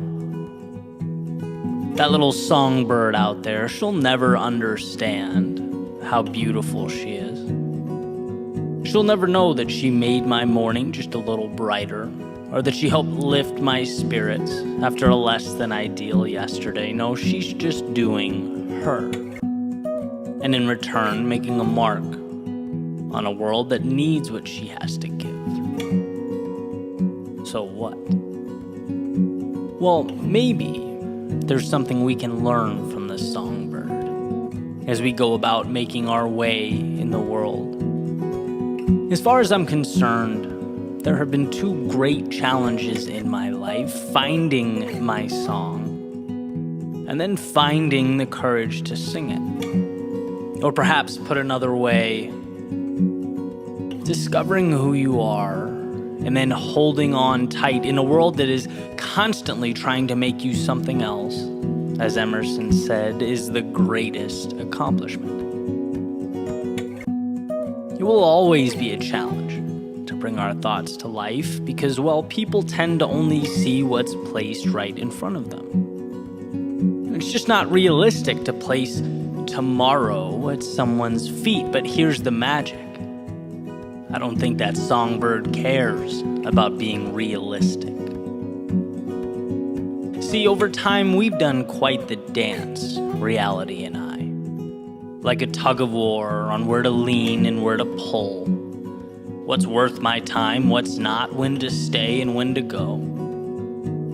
It's a gray area that I've had to work through, and I know others have as well, trying something new, taking a risk, sharing their art with the world, going down a path with a high probability of failure. You know, when maybe we think we've found our song and we're singing, but no one seems to hear her. That's when the status quo has never looked so tempting, so ideal. When settling for the easy path has never seemed so appealing. No, never as appealing as when our songs seem to get lost in the ether. We know how hard it is to give a piece of ourselves to the world, and it seems odd not to get something back. But you know, I think this is when you must sing with all your heart and soul. Just like that songbird, indifferent to life below the branches of its tree.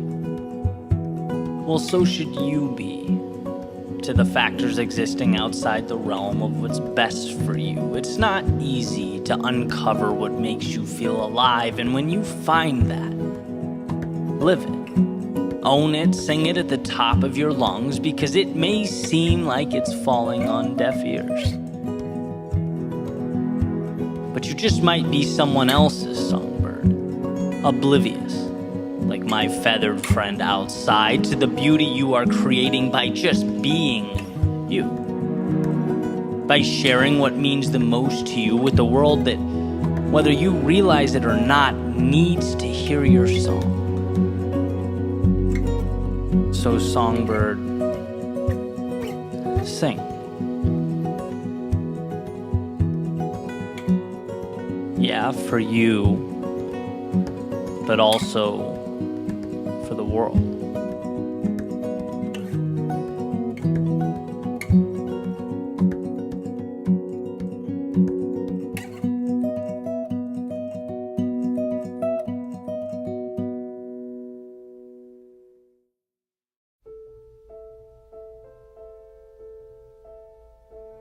You're right where you need to be. Sure, you have your doubts. Perhaps you feel tired, alone, fearful. Maybe you're trying to make sense of a world that feels too complex, where all you see and hear are reasons to turn back, to find shelter, to run. Don't. Regardless of how hard it seems, don't. You are right where you need to be.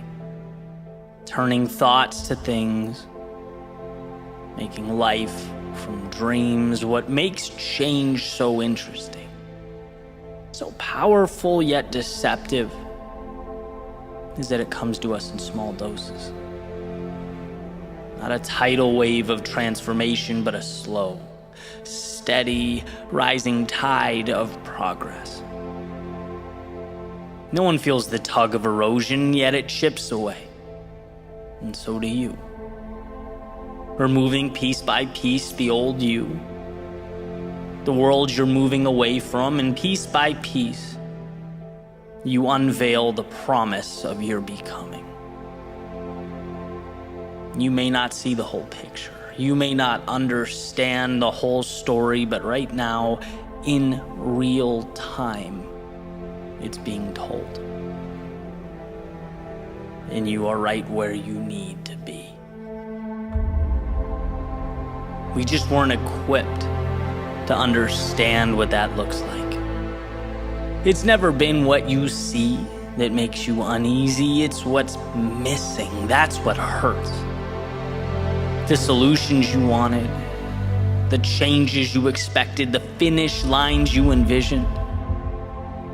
It's the wondering, how long must I wait? Did I make a wrong turn? Is the joke on me? But it's this line of questioning that causes so many to stop, unaware of how close they were, ignorant to the foundation they were standing on. What you need is not a miracle. It's to simply carry on, to keep laying those bricks, because not a one is wasted. And sometimes you don't realize you're on the 80th floor until you look down. That climb can be frustrating, exhausting. It isn't always glamorous, but it's necessary. And strength comes from understanding that truth. You are right where you need to be. The world, it can't take what you refuse to give it, and self-belief is non-negotiable. It's off the table, your most prized possession. So hold it tight, because it'll be needed when the journey feels long and the road impossible. You'll know that you can always take one step forward, and that is the essence of life, of growth, of progress. Think about the steps, the lessons, the self-discovery that led you to this intersection of now and forever. This beginning of whatever you decide comes next. You are right where you need to be because you are armed with the decisions that brought you to today and the courage to let them carry you into tomorrow. You could be anywhere, but you're here. And as you strap up and settle in, you'll see that right here is everything you need.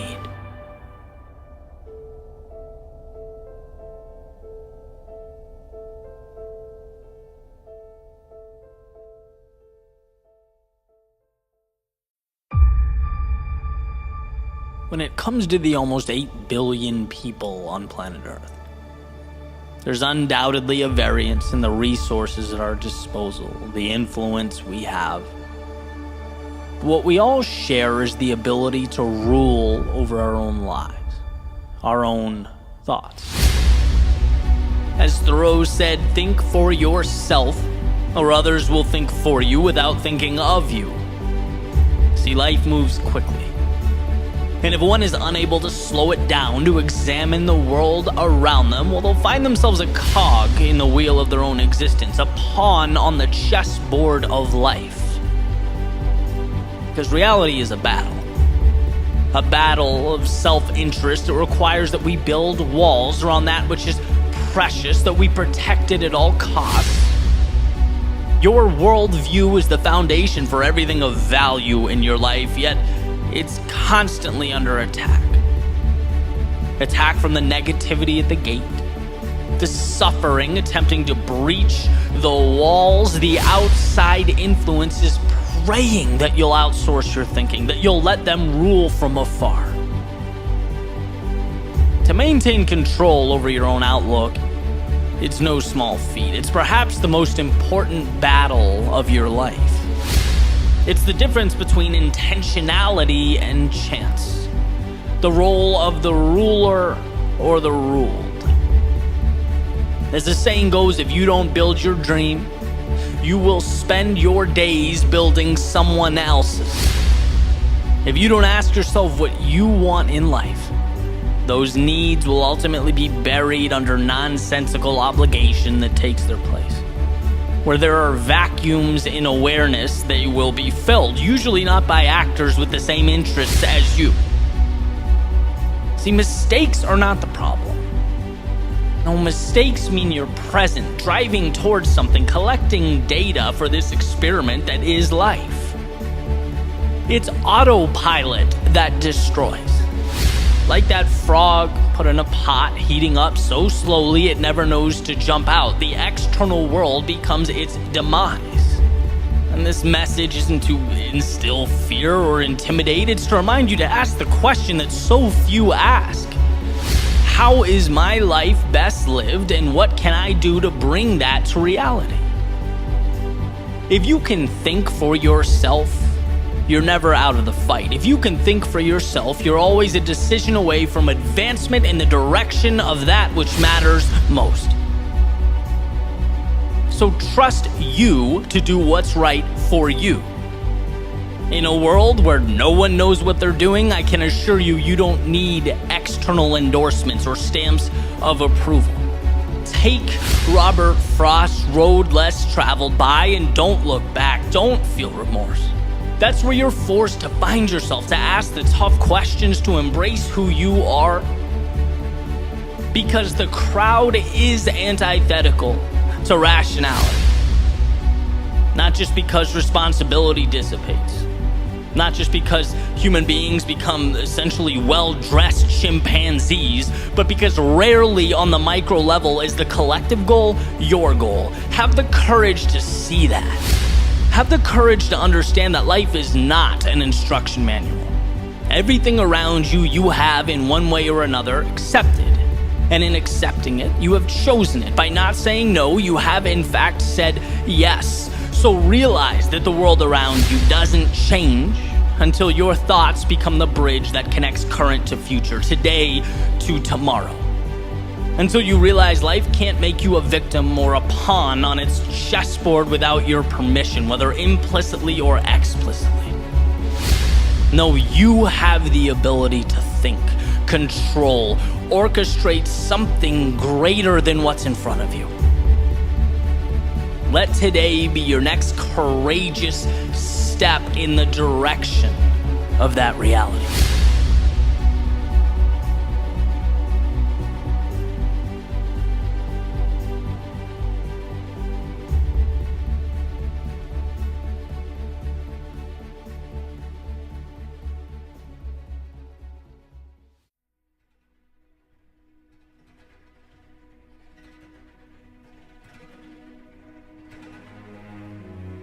Einstein said imagination is more important than knowledge.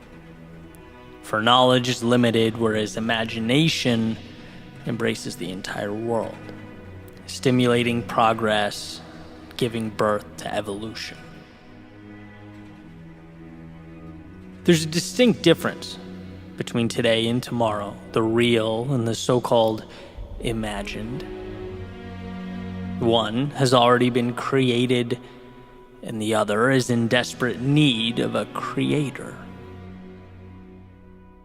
And see, until we learn that we can be proactive in this regard, imagination doesn't mean much. It's just a car without wheels, plane without wings. It's more of an escape than a bridge to something better. But once we realize how much control we have over tomorrow, we become, in our own right, creators. Not just waiting to read and react to stories already written and handed down to us, but possessing this incredible ability to pick up a pen and craft something new. Become agents of change. I recently came across an interesting article.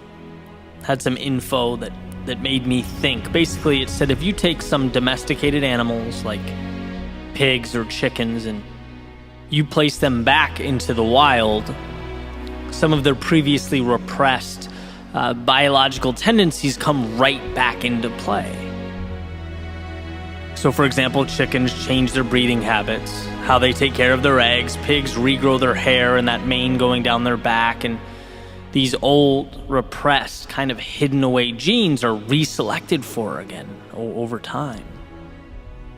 And the animals begin to reacclimate, as though that potential was never lost. It just needed to immerse itself in the right environment. And it's like Well, if we view ourselves in that same light, now we might ask, what if we positioned ourselves to gravitate towards an environment that was best for us? What if I imagined a world, not exactly like today, but one better conducive to me being me? A world where I'm set up to thrive. Where sure, there will be bumps and bruises and losses and lessons along the way, but where I'm immersed in a journey towards a destination that excites me, that lights me up. Can I find the courage to not only imagine that finish line, but also act accordingly, move towards it? You know, I always say the hardest thing to do is to recreate outcomes that look different from the current moment. Because, well, the current moment is all we know. It's all anybody knows. And by the way, it's all anybody wants to know, right? Until something new is placed right in front of them at their feet, until proof exists. Changing your life, or the lives of those around you, means you have to literally look at the road before you and see outcomes that are not there. Then you have to believe in those outcomes. You have to drive towards those outcomes, have conviction in your ability to overcome obstacles on your way to those outcomes. Truth be told, chasing your imagination is simultaneously one of the greatest burdens one can endure, as well as a key to that which makes life worth living. There's something about being human that pushes us towards hope, towards the possibility of a tomorrow better than today. And that's not to say don't be grateful. It's not saying don't see the beauty around you or appreciate the world you live in. But I believe we're here to take that torch from yesterday and move it one step forward. Maybe it's in our own lives. A small step forward in our careers, a relationship, or our health. Maybe it's improving the lives of those around us, family, friends. Maybe it's something larger, societal. Whatever it is, I'm convinced that true meaning in life is finding the courage to push one foot further down the path of possibility. To add one step to that ascending staircase, knowing that it will allow us to someday look back on today and be proud of what we faced and overcame. And as I wake up and I look around, I think to myself, that has to mean cherishing the ideas in our heads. It has to mean we understand the power of our instincts, of our beliefs, of hope. It means understanding that it justifies all the hardship that comes with taking those ideas and giving them life. Because everything around us was built with the courage to take little nothings and make them something. And when we're lost or feel alone or for one reason or another forget that, we need to remember that right now is not forever. It can't be.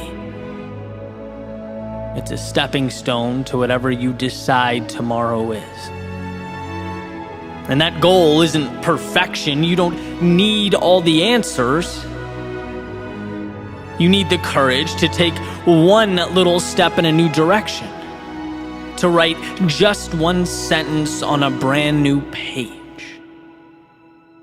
Because that imagination is not fiction. It's not the delta between the possible or impossible. It's not there to entertain. It's there because it's your map. And you may look at that map and think to yourself, you're lost. That it's unclear, that the directions, well, they're incomplete at best. But what I can promise you is the pursuit of this world you've imagined It will bring you greater satisfaction than anything else could. It will remind you why you're here and show you that life isn't supposed to be easy while helping you appreciate it for being that way. See, your imagination is your path to that ideal state where you can thrive, be you, push your boundaries, and spread your wings. Don't ever let the current state of today convince you that your hopes and your dreams for tomorrow are too big, that you've missed the mark or stepped out of line. In a world of reaction, be one of the few who looks in the mirror and decides to live life proactively, take initiative. Be one of the few who stands wholeheartedly behind that world they've imagined.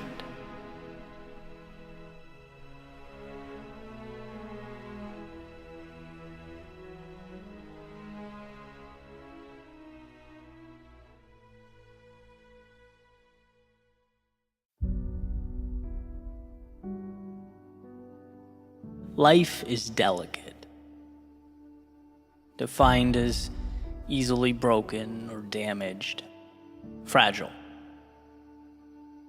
There's nothing around you that's forever. There's no permanence in our world, and sometimes this is a difficult thing to grasp. Certainly, it's why we long for patterns of consistency where we can find them. We do everything we can to manufacture some semblance of predictability for as long as we can, doing our best to repress the idea that everything we know is as temporary as a setting sun. I had a family member rush to the ER a few days ago. And thank God she's completely fine. She's back home, she's doing her thing. But I can't stop thinking about the call, how it shook me to my core, how my walls of certainty and predictability were breached. It was this unsettling reminder that life as we know it isn't guaranteed, that things we love, they're not untouchable. I had to look my helplessness in the face for the first time in a while and realize, well, just how little of the world is mine to control. Which brings me back to a conversation I had when I was younger. I talk about my grandfather often in my work, primarily because of a few impactful conversations that we had. And it's interesting to me how relevant they continue to be. I remember a handful of times we talked from childhood, and it's like I piece them together retroactively. Things make sense as I get older and kind of figure out what it all means.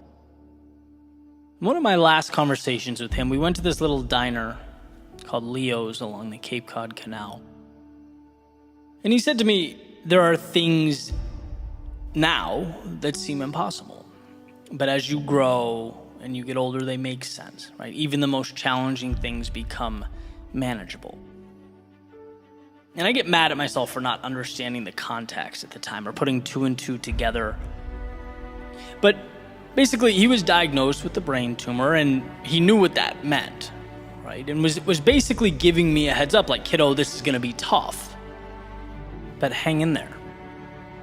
And that was one of the first times I've dealt with loss of that magnitude, right? And when you're young, so many things seem stable, they seem certain. You don't yet get the fluidity of life. That stream is moving, and no matter what, it's going to continue to move.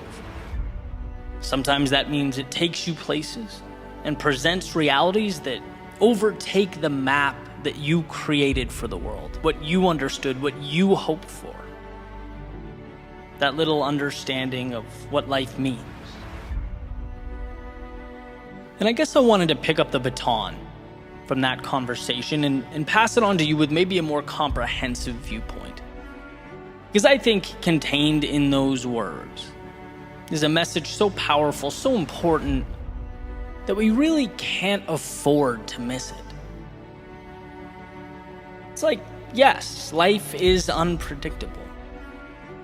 And yes, life can hurt and humble us and knock down what we thought was certain. It can challenge what we believed and shake our foundations.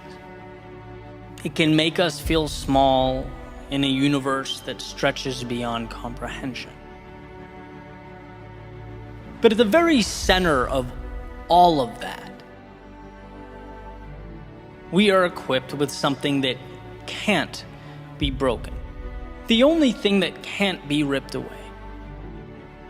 The sun around which everything else revolves, your ability to endure. Your strength to carry on, to take one step forward. Whether it feels like you're entrenched in the depths of hell or swinging from the stars in the sky. Your resilience, your ability to not only handle life around you, but rise from the ashes of its turbulence and its misfortune, that will never leave you if you don't let it. Viktor Frankl has said, everything can be taken from a man, but one thing, the last of the human freedoms, to choose one's attitude in any given set of circumstances, to choose one's own way. See, life might be more than we can control or comprehend, but amidst the might and power of its ocean, our determination is unsinkable. And believe me, there are times when you hear this and think, well, okay, that doesn't affect me. I'm good. I'm doing my thing, right? Just like I did sitting at that table over eggs and bacon that morning. And man, I hope that's the case, and I hope it stays that way. But life has a way of keeping us on our toes. It never lets us stray too far from the realization that to be human is, in some way or another, to suffer.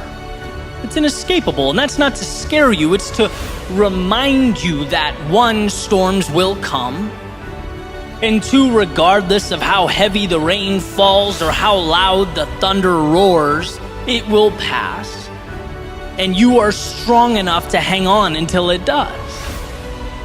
That as you grow and as you evolve, you become more and more capable of seeing the inevitable, not as the world's personal vendetta against you, but as your time to dig deep and find within yourself the strength and the courage that was there all along. And that's what that morning was. A message that, look, what's coming will hurt, but you can handle it. And not only that, every time life brings you to your knees, you get back up stronger. That doesn't mean it's easy, but the point is not that it's supposed to be easy. It's that you're capable of handling a world that is not easy. You're capable of navigating a reality that is not simple, a sea that is not smooth sailing. You're equipped to handle the complex.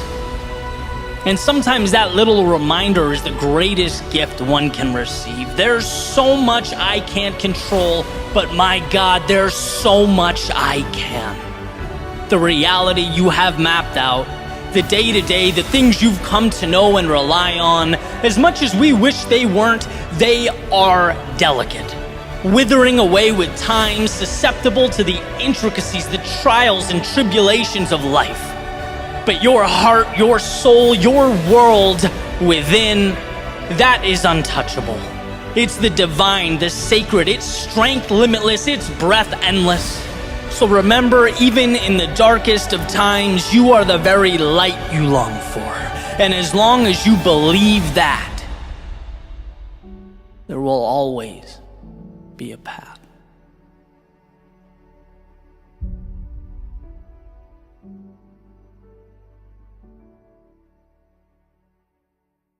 In the midst of chaos, there's also opportunity.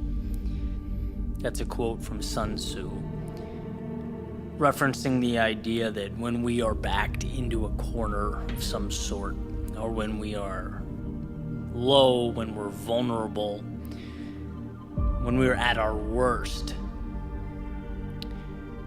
that's when the door opens to transform, right? And we talk about this all the time, right? There's I can give you an infinite amount of videos on this channel talking about moving into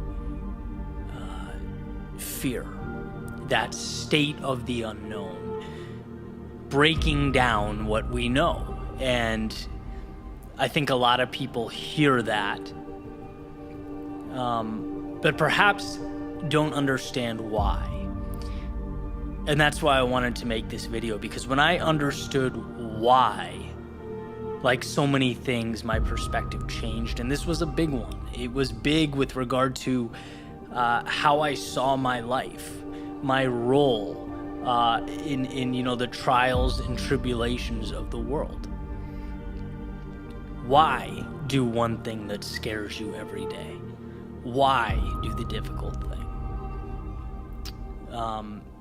And the best explanation I've ever heard, I was listening to one of Jordan Peterson's online lectures.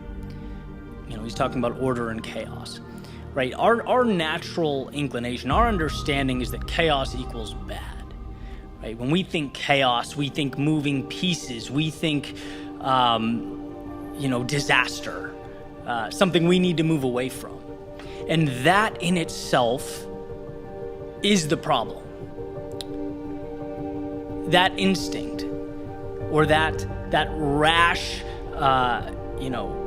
understanding. In reality, chaos is just as important as order. They are night and day. You can't have one without the other, and you need both. Too much order is when we are stuck in a status quo, when there is a lack of growth, when things are very structured, very simple, and they just feel the same, right? We become accustomed to a certain truth. That is order. Chaos is, as I've said in the past, taking something, smashing it against a wall, picking up those pieces and building something new. And upon building, you've changed whatever that was just a little bit. You've changed your understanding a little bit of yourself, of that object, and of the world, because life is a perpetual staircase. It is being on a step, stepping out into some crazy unknown where you no longer understand what is going on, leveling up, growing, figuring it out, picking those pieces up, and then moving on to the next step. It is building and breaking, and building and breaking, and building and breaking. So why step out into the unknown? The unknown is the only way to break the status quo. The unknown is the door into a next level, a new you, a new reality. When you look at it, human beings want to bucket things into good or bad, right? And when the reality is, most of the time, the truth and the value, the reality is in the gray area, right? So when we think about the good times, we think this is what we want. This is ideal. Things are fluid. They're simple. But that is antithetical to change, right? Change comes from chaos. Just like when I thought things were going wrong, my first thought was always, oh my God, the world's ending. This is not good. We need to find a way to completely mitigate this, to change the situation. Now, when the wheels fall off that metaphorical wagon, what I think is, well, here is the opportunity. Here's the opportunity to build that new step, to create a new order so that I can live my life differently. See, we don't level up unless the situation around us requires that we do so. Sometimes life doesn't give us a choice, right? Sometimes the world backs us into a corner, but there are a lot of situations where we need to manufacture that chaos. We need to drive that change, climb up that ladder. It's funny to think about, some of those people that we emulate, that we look up to. And, people don't talk about the risks that were taken and how many times they picked up their life, they picked up their status quo and smashed it with a hammer so that they could rebuild it. and have something a little bit more sturdy, a little bit bigger, a little bit stronger. That's how wisdom is created. You know, when I look at that cycle now, and I see it as the answer. You know, when I haven't had one of those calls or Zoom meetings, or haven't created something, haven't, fill in the blank, that gives me that feeling in my stomach of at least some semblance of anxiety, I'm not growing, right? The things that gave me anxiety 5 years ago, most of them are commonplace today, right? That chaos is very much order now. So what's going to be the new thing, right? That was the ceiling, now it's the floor. Well, what's the new ceiling? And that's on us to create. That onus is on us to build, right? Constructing a different world means reassembling the pieces. And so I want that message to be clear. I want everyone to understand that when someone says, what you want is on the other side of fear, or keep going, don't give up. Well, why? The reason is because that chaos is your ticket to the next level, the next staircase. That anxiety and sometimes that suffering is a portal to transformation. And it's hard in the moment to understand that. You know, I'd never sit here and say it's easy. But you know me, and one of the things that changed my life is the understanding that the best things are not easy. The value is in what's difficult. The meaning is in that unknown. I think life is a beautiful thing because the pieces we need are everywhere around us. And it's a really cool realization. It's like everything you need exists. It's out there. It's waiting for you to pick it up. It's waiting, it'll correspond with the picture you want to paint, the road you want to take. But that requires stepping off the stage you're on and heading towards another. So, I want to leave you with that understanding that you are climbing a staircase to something greater, to an evolved self. You're taking your potential and you're making something with it. But that means you won't always be comfortable. And when you look back, you'll be grateful. Right? You'll be grateful for those trials and tribulations. You'll be grateful for that chaos because it will be what made you.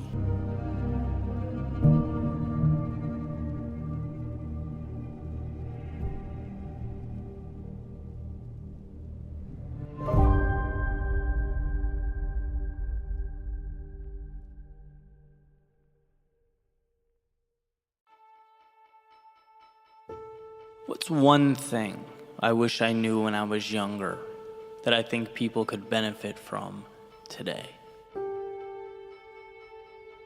What single piece of information could have the biggest impact? And I spent some time thinking about this question, and the more I think about it, the more the answer becomes incredibly apparent. It's that you are in control of your own life, your own destiny, your own future. And when you take accountability for yourself, life changes. Period. And if you thought that was obvious, I would advocate taking a look around. Maybe a stroll through social media, the Twitters and Instagrams and TikToks of today. And no, that's not the real world, but it's certainly a microcosm of the real world. What do you see? Well, you see chronic blame. I don't like where I'm at or things are, so that must be your fault or their fault or someone else's fault. You see people looking everywhere but in the mirror, actually seeking out victimhood. because that's what brings the attention. That's today's currency. It's much easier to be the victim than the hero, because being the hero means you have to sacrifice something. It's people saying the news or some institution or the federal government is the problem. And if those things would only change, then we'd be good. Let me explain why I think this mentality is self-sabotage, and why I would take younger me by the hand and I would say, listen to what I'm about to tell you. Where you start is often outside of our control. Let's be real, life is not fair. We don't all get dealt the same hand. But this next part, as I once heard Will Smith articulate beautifully, is the same for everyone. What you decide to do about it right now is what matters. And that is the control that we all have. It's not your fault where you start, but it's your responsibility to choose where you end up. You can shake your fist at the sky, or you can start building a life that matters to you. It's easy to blame the world, to be the victim, at least in the short term. But a fulfilling life is about meaning, about fighting for something valuable, about evolving into the version of yourself that you always knew in your heart you could be. You just had to unlock. See, no one down the road was ever happy with themselves for blaming the world while they bitterly remained stagnant. I would say to a younger me, worry less about how you're perceived and think more about who you are, what you're capable of, because that you can always control. Stop losing yourself in the news or whatever the narrative of the day is.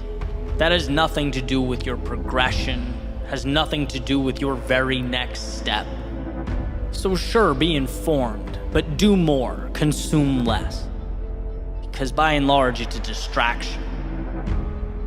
And I would say the government, which has become the crux of our discourse today, transforming into a modern day religion. Look, the government's job is not to give you anything. It's there to protect what's inherent to you already. Your right to live life on your terms. See, satisfaction, it will come from good habits. It will come from self-belief. It will come from taking risks and failing and learning. It will come from the courage to step out into a world that's completely unknown. It will never come from a self-interested politician or body in Washington, red or blue. So stop whining about political optics and focus on where your 2 feet are taking you right now. Because I promise, in the grand scheme of things, that's what matters. That is your strength. Expecting someone else to come along and change your life is like screaming into an abyss. I would say to my younger self, when you start looking around and seeing what everyone else has, and beating yourself up for not being as good or feeling like you're behind, look, it's great that their success motivates you, but dwelling on it won't make your life better. Life is a race between you and you. It's a fight between yourself and those thoughts that constantly knock on the door, looking to settle into your psyche. If you defeat that demon, you'll be where you want to be, regardless of where others are. You're right where you need to be, so keep your head up and keep moving forward. I'd explain that to become something more, to change, requires a sacrifice that feels so substantial, so big at first, that it bullies most people into staying right where they are. That to become something new, you have to learn to play the fool, to get humbled. You have to change your relationship with short-term failure. And that's not easy. But taking control of your life is not supposed to be easy. Only worth it. They're different. And I can certainly look back at my own life, think about the times where I was so busy pointing out that I didn't even think to point the finger at myself. I was so worried about life being unfair that I existed in this temporary state of paralysis, the whole time not knowing that I could have been stepping forward. Could have been tapping into the single greatest power I possess, control over my own life. See, every time you feel anger or the need to blame those around you, you're taking the spotlight off of what matters and placing it on things detrimental to where you want to be, to your journey and your future. Even the most unjust, arbitrary things. Let's say you didn't get that promotion you were beyond qualified for, or you were mistreated by someone, or things didn't go the way you wanted them to. You can fill in that blank, but refusing to blame others and immediately taking responsibility, again, even in a situation like that, it gives you one of the greatest advantages in life. It gives you that gift of control. You can now assess the situation. You can now ask yourself, hey, what can I do to change this? You can delve into the why, find the lessons and the value. You can come back and reapproach this thing stronger. Because to blame others, to take on that role of victim, it's essentially living life in the passenger seat. It might be easier, might be less work, less responsibility, but what you never have is control over where that car goes. But when you own it, when you say, hey, maybe it's not my fault, but look, it's mine now. It's my responsibility, the good, the bad, every aspect of my life. It puts you in position to change things, to take the wheel and reroute to a destination of your choosing. So that would be my message to the world. I know it's not an easy road. I know life is unfair. I know things aren't perfect, but the best thing you can ever do for yourself is say, you know what? This is mine to own. And I'm going to look around for that light switch that will create momentum. That little decision that will get the ball rolling. I'm not going to sit back, shake my fist, and blame life. I'm going to walk out that door and create life. That's where you'll find what you're truly looking for.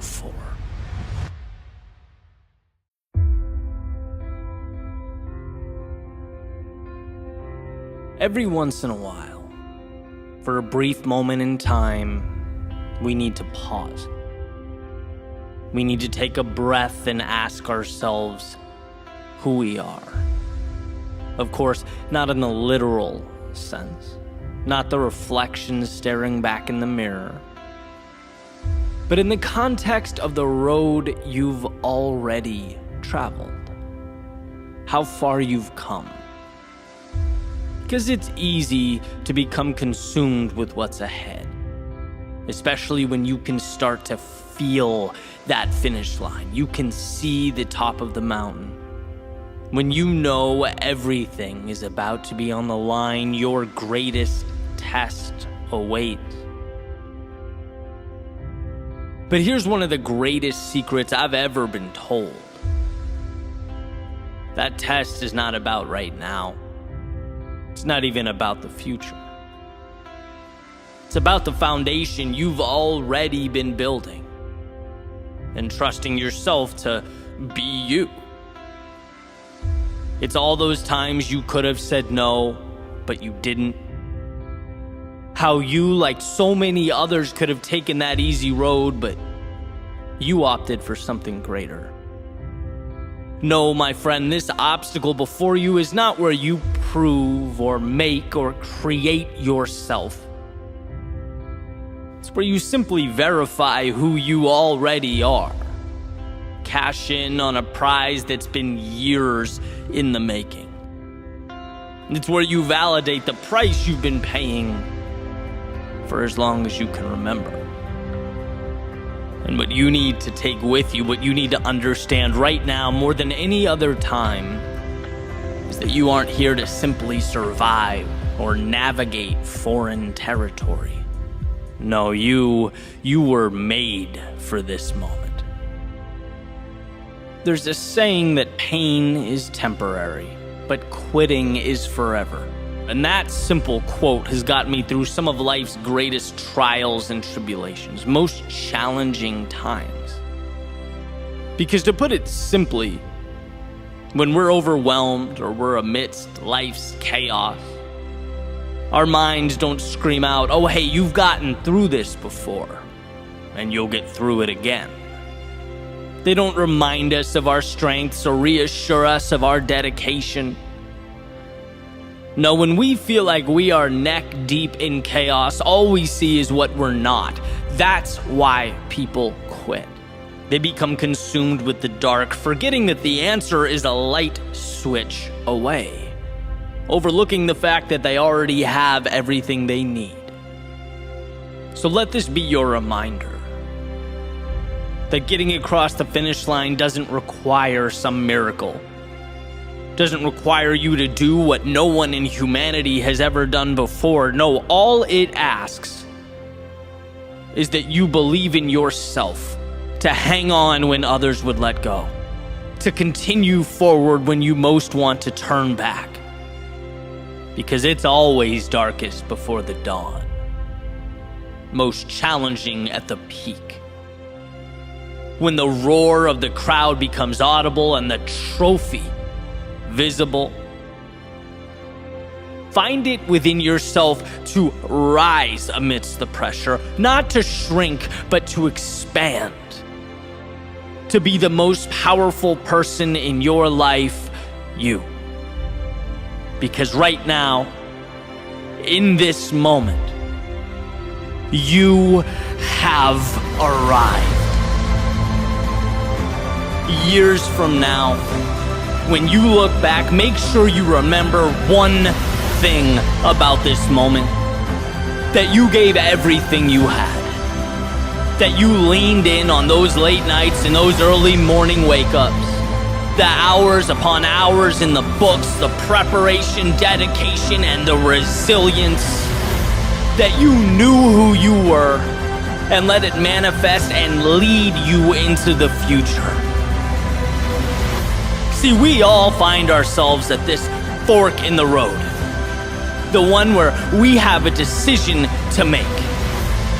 Will I survive or will I thrive? Will I exist or will I truly live? And in the race of life, it's when our hearts pound in our chests, the blood flows through our veins, our lungs cry out for air, our minds beg us to stop, slow down, relax. It's in that moment that we must carry on. We must be our best. We must put all those little pieces together to create our masterpiece, to breathe life into the foundation that you have been standing on this whole time. See, this moment is yours. If you're willing to endure, to hang in just a little bit longer, give just a little bit more, if you're willing to put all of yourself into the task before you, you may just be amazed at what life gives back.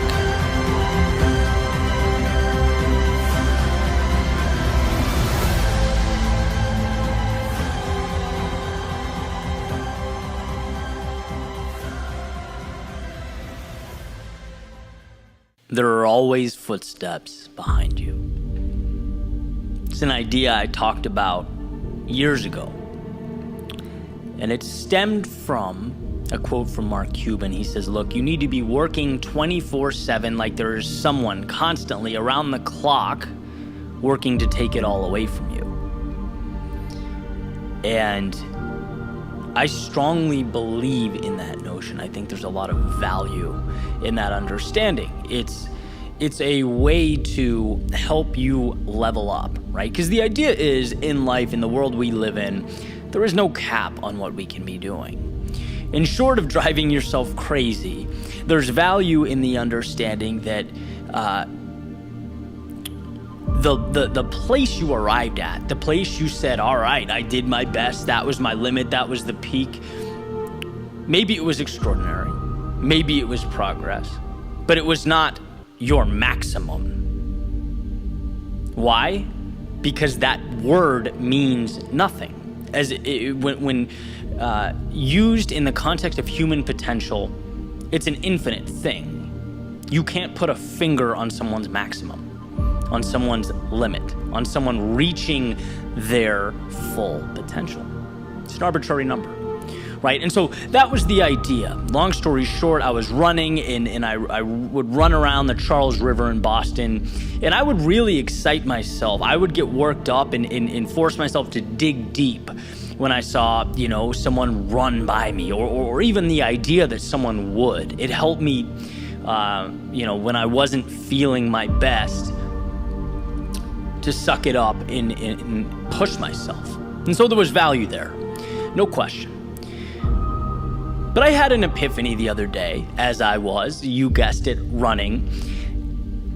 And it's related to the concept in The Sound of Footsteps. And I'm not sure if it's a parallel idea, maybe a progression, or maybe it's the result of 5 years, 6 years since writing that, immersed in the world of entrepreneurship and speaking and being a creator on YouTube and on these platforms. You learn a lot about yourself. And this particular situation helped me realize that. I was doing a 9-mile run down A1A in South Florida, it's one of my favorite places to run because it's just straight shot, straight up. You don't have to think. You can just one foot in front of the other and, enjoy the run. And as I've been, working my way back into running shape, coming back from an injury, it's been beautiful. And so I'm a few miles into this run, and sure enough, someone blows by me, probably going at a 5.5, 6 minute pace, right? And my first instinct is, whoa, Ed, time to level up, man. What are you doing? Like, that's not even close, right? Sound of footsteps. Someone was behind you, someone's working harder, someone's going faster, there they go, here you are. And then I had this realization, a very common sense realization. You're gonna see that dude and pass him a mile up the road. Because unless he is an incredible athlete, that's not maintainable.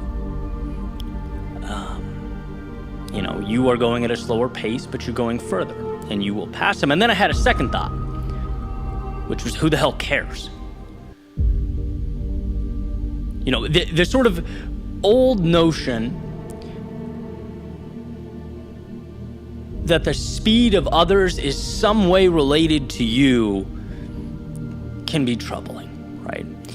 And again, there is no right or wrong, left or right, good or bad. The world exists in this gray area. And I believe that if you can find value in something, utilize it. If you're someone that gets motivated by that type of thing, sometimes I am, a lot of the time I am, green light, use it. But I think that highlighted a trap that I've fallen into, that I think a lot of us fall into. We hear those footsteps. We see that 6-minute miler go by us. And we think it's somehow reflective of us in our journey, or correlated to where we're going, or says something about us, when in reality, it means nothing. Like there's a it's comical that I'm sitting here even talking about it right now, right? Because the relationship between my goals and his goals are nil, none. But that's the world we live in, right? That's the social media world of highlight reels, of seeing people's 6-minute sprints and saying, oh my God, I'm running it at 8.5. It's like, yeah, well, 1, he went 1 mile, you're going 9. 2, you're running different races. 3, your finish line is all that matters.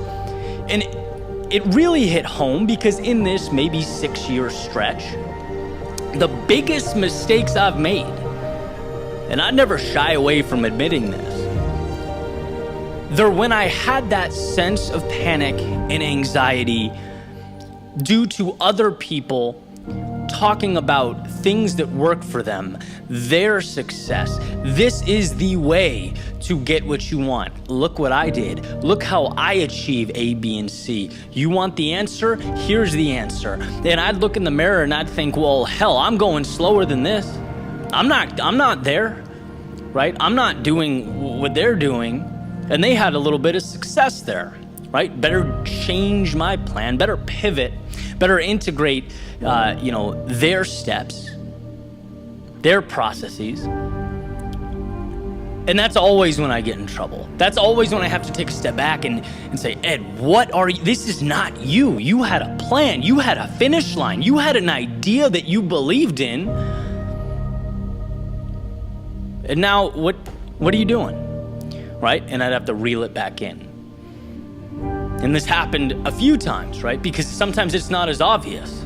Sometimes you forget your value, what you're giving to the world and what you love to do, right? If you're going down a highway, there are a lot of exits. There are a lot of people saying this is where you need to get off. This is where, your answers are. This is what he or she did, and look how successful they are. That's the exact same thing as looking at that guy speeding down A1A at a 6-minute mile pace and feeling any level of inadequacy. What he's doing and where he's going is not what you're doing, and it's not where you're going. And so I had a lot of time to have a conversation with myself, but that's exactly what I did. I had a tough conversation with myself. You've changed. You've changed since you wrote that speech, and that's a beautiful thing because, my friend, if you're not changing, you're not learning, you are dying. And there's a time and a place, again, for everything. Yeah, if you're looking around and everyone's working harder than you, hey, maybe that's an indicator. Maybe you need to ask yourself the question, what am I capable of? Am I pushing myself in that direction? Or have I accepted some type of mediocrity? Right? But they are not you. And in today's world, I want you to remember that. Because most of our interactions, they are digital. They are curated snippets, pictures, videos, concepts that are just not reflective of reality, especially online, right? I've been able to see the curtain pulled back on so many things, and it's like nothing is what it seems to be. People are not who they claim they are, right? And this is not some conspiracy that like there's all these strings being pulled in the background, but what I'm saying is no one presents life as it is. They present life as they want it to be seen. And the difference between those two things is substantial, I promise. And so when you are looking to your left, you're looking to your right, you're comparing it to yourself, and you feel any level of inadequacy, remember that you are going down a road that is valuable, that means something to you. You have your finish line and you're going to get there. Don't be misguided, by these short half-mile sprints or whatever they are. Don't be misguided. Don't be distracted by anything but where you're going. Because I promise, if you just move forward, if you believe in your pursuit and trust yourself to get there, if you're willing to adapt and grow, if you're aware enough to understand that you'll make mistakes, you'll learn from them, and you'll pick up the pieces, the only adversary you have is yourself. Nothing else matters. So let's get that finish line.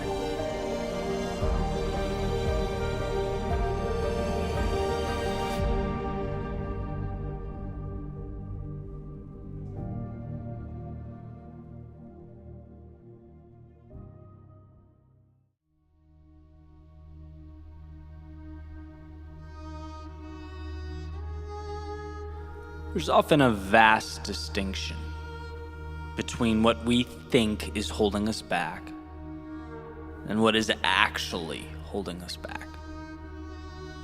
And that may even be putting it lightly.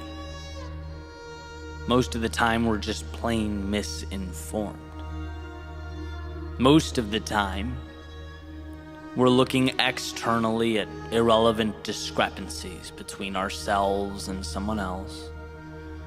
We're looking at things that happened yesterday, possible outcomes that may happen tomorrow. We're creating entire stories, crafting narratives, building hostile worlds that simply don't exist. When what we need is simple: to give ourselves permission, to let ourselves walk out that front door and towards what we long for. And this came to light recently. I shared a simple 20-second message on TikTok where basically I highlighted John Green's quote about the best things in life occurring after we find the courage to depart or leave where we are, right? To build again. And as I was looking at the response, it was both beautiful and eye-opening. Hundreds and hundreds of comments from people saying that the message helped them feel empowered to do what they've been putting off. And some called it fate. Some called it what they needed to hear at the exact moment they needed to hear it. And as I'm going through, I keep thinking the same thing over and over and over. Every single one of these people, they already knew in their hearts what needed to come next. They knew what would make them feel alive. They knew where the compass was pointing. Yet their default led them to the same place we've all been, waiting for external permission, waiting for life to give us a reason to say, okay, the light is now green, you can go, the time is right. Now, don't get me wrong, it means the world that a simple message can shift one's perspective that way. I've been on the receiving end. I was stuck looking for some type of guidance. We all have, but I think we'd all agree that if that guidance helps us get back on track, then the real question should be, how do we live so that we can stay to the best of our ability on track? Find ourselves less prone to those occurrences, more confident in ourselves, in our dreams, in where we're going. And for me, it's been understanding that in my life, I am the one that creates, signs, and sends the permission slips. I say go. And when I remember that, I'm free to do what's best for me. I'm simultaneously the architect and the pieces, the wind and the sail. See, you don't need a reason to walk out of a relationship you're not happy in. You don't need a reason to leave a job that's not pushing you to be who you most want to become. You don't need a reason to change a habit or reinvent yourself or begin again. No, all you need is the courage to green light what your heart already knows it wants. We think that the external world has the answers for us, when in reality, we've had them the whole time. We just want something to point to say, see, I was right. But we don't need to be reactive. We can be proactive. You can be the one that lights the fire. When you follow your intuition, your heart, your sense of purpose, life conforms because it has to conform. When you become an immovable object, life around you moves. It makes way, and if it doesn't, then you go back to the drawing board, you adapt and adjust. And that's the beauty of life. That's how we build meaning, trusting ourselves to walk into that resistance. Because the friction and the headwind is never what's holding us back. Are they uncomfortable? Yeah. At times. Does it scare us? Sure. It's supposed to. But it's not what holds you back. Waiting for someone or something to come along and greenlight your journey through life is what holds you back. And it's funny, I think we again and again overlook the simplest of truths. The hardest part is starting. It's convincing yourself that 1, it's possible, and 2, you're worth it. Everything else you face from the second you walk out that front door can be conquered. In fact, we ourselves grow along the way so that we can rise up and meet the demands of life, but it's unquestionably doable. That thought as you look out the window, right? What if the worst case scenario happens? It can't. Because the worst case scenario is sitting in that seat your whole life, looking out the window and imagining a world where you found the courage to be more, to explore, to live life as it was meant to be lived. But let's say that what we fear does come to fruition. Then I ask, what are the odds it's reversible? Probably high. Let's say I want to start a podcast and I finally work up the courage and I get my mic and I start my show and no one listens. But I keep going and I keep going and nothing sticks. And most importantly, I learned, look, I'm really not crazy about this idea. It wasn't what I thought it was. It's not me. Okay, perfect. Now you know. And sure, it took time to learn that lesson, but you have the rest of your life to continue the beautiful experiment, to search for what lights you up. But you found the courage to explore, to try, to begin, and you are now better because of it. That's your worst case scenario? Sounds a lot less scary to me than a life lived sitting there looking out the window. See, we can't let the fear of an unlikely worst case stop the possibility of that oh so coveted best case. Don't let the virtually 0% probability of losing everything overshadow the opportunity to gain everything. Let's never allow ourselves to get caught standing still waiting for the universe to give us the answer as though we're waiting for a letter in the mail. No, give yourself permission to see the upside, to make your own decisions, and most importantly, to live your life.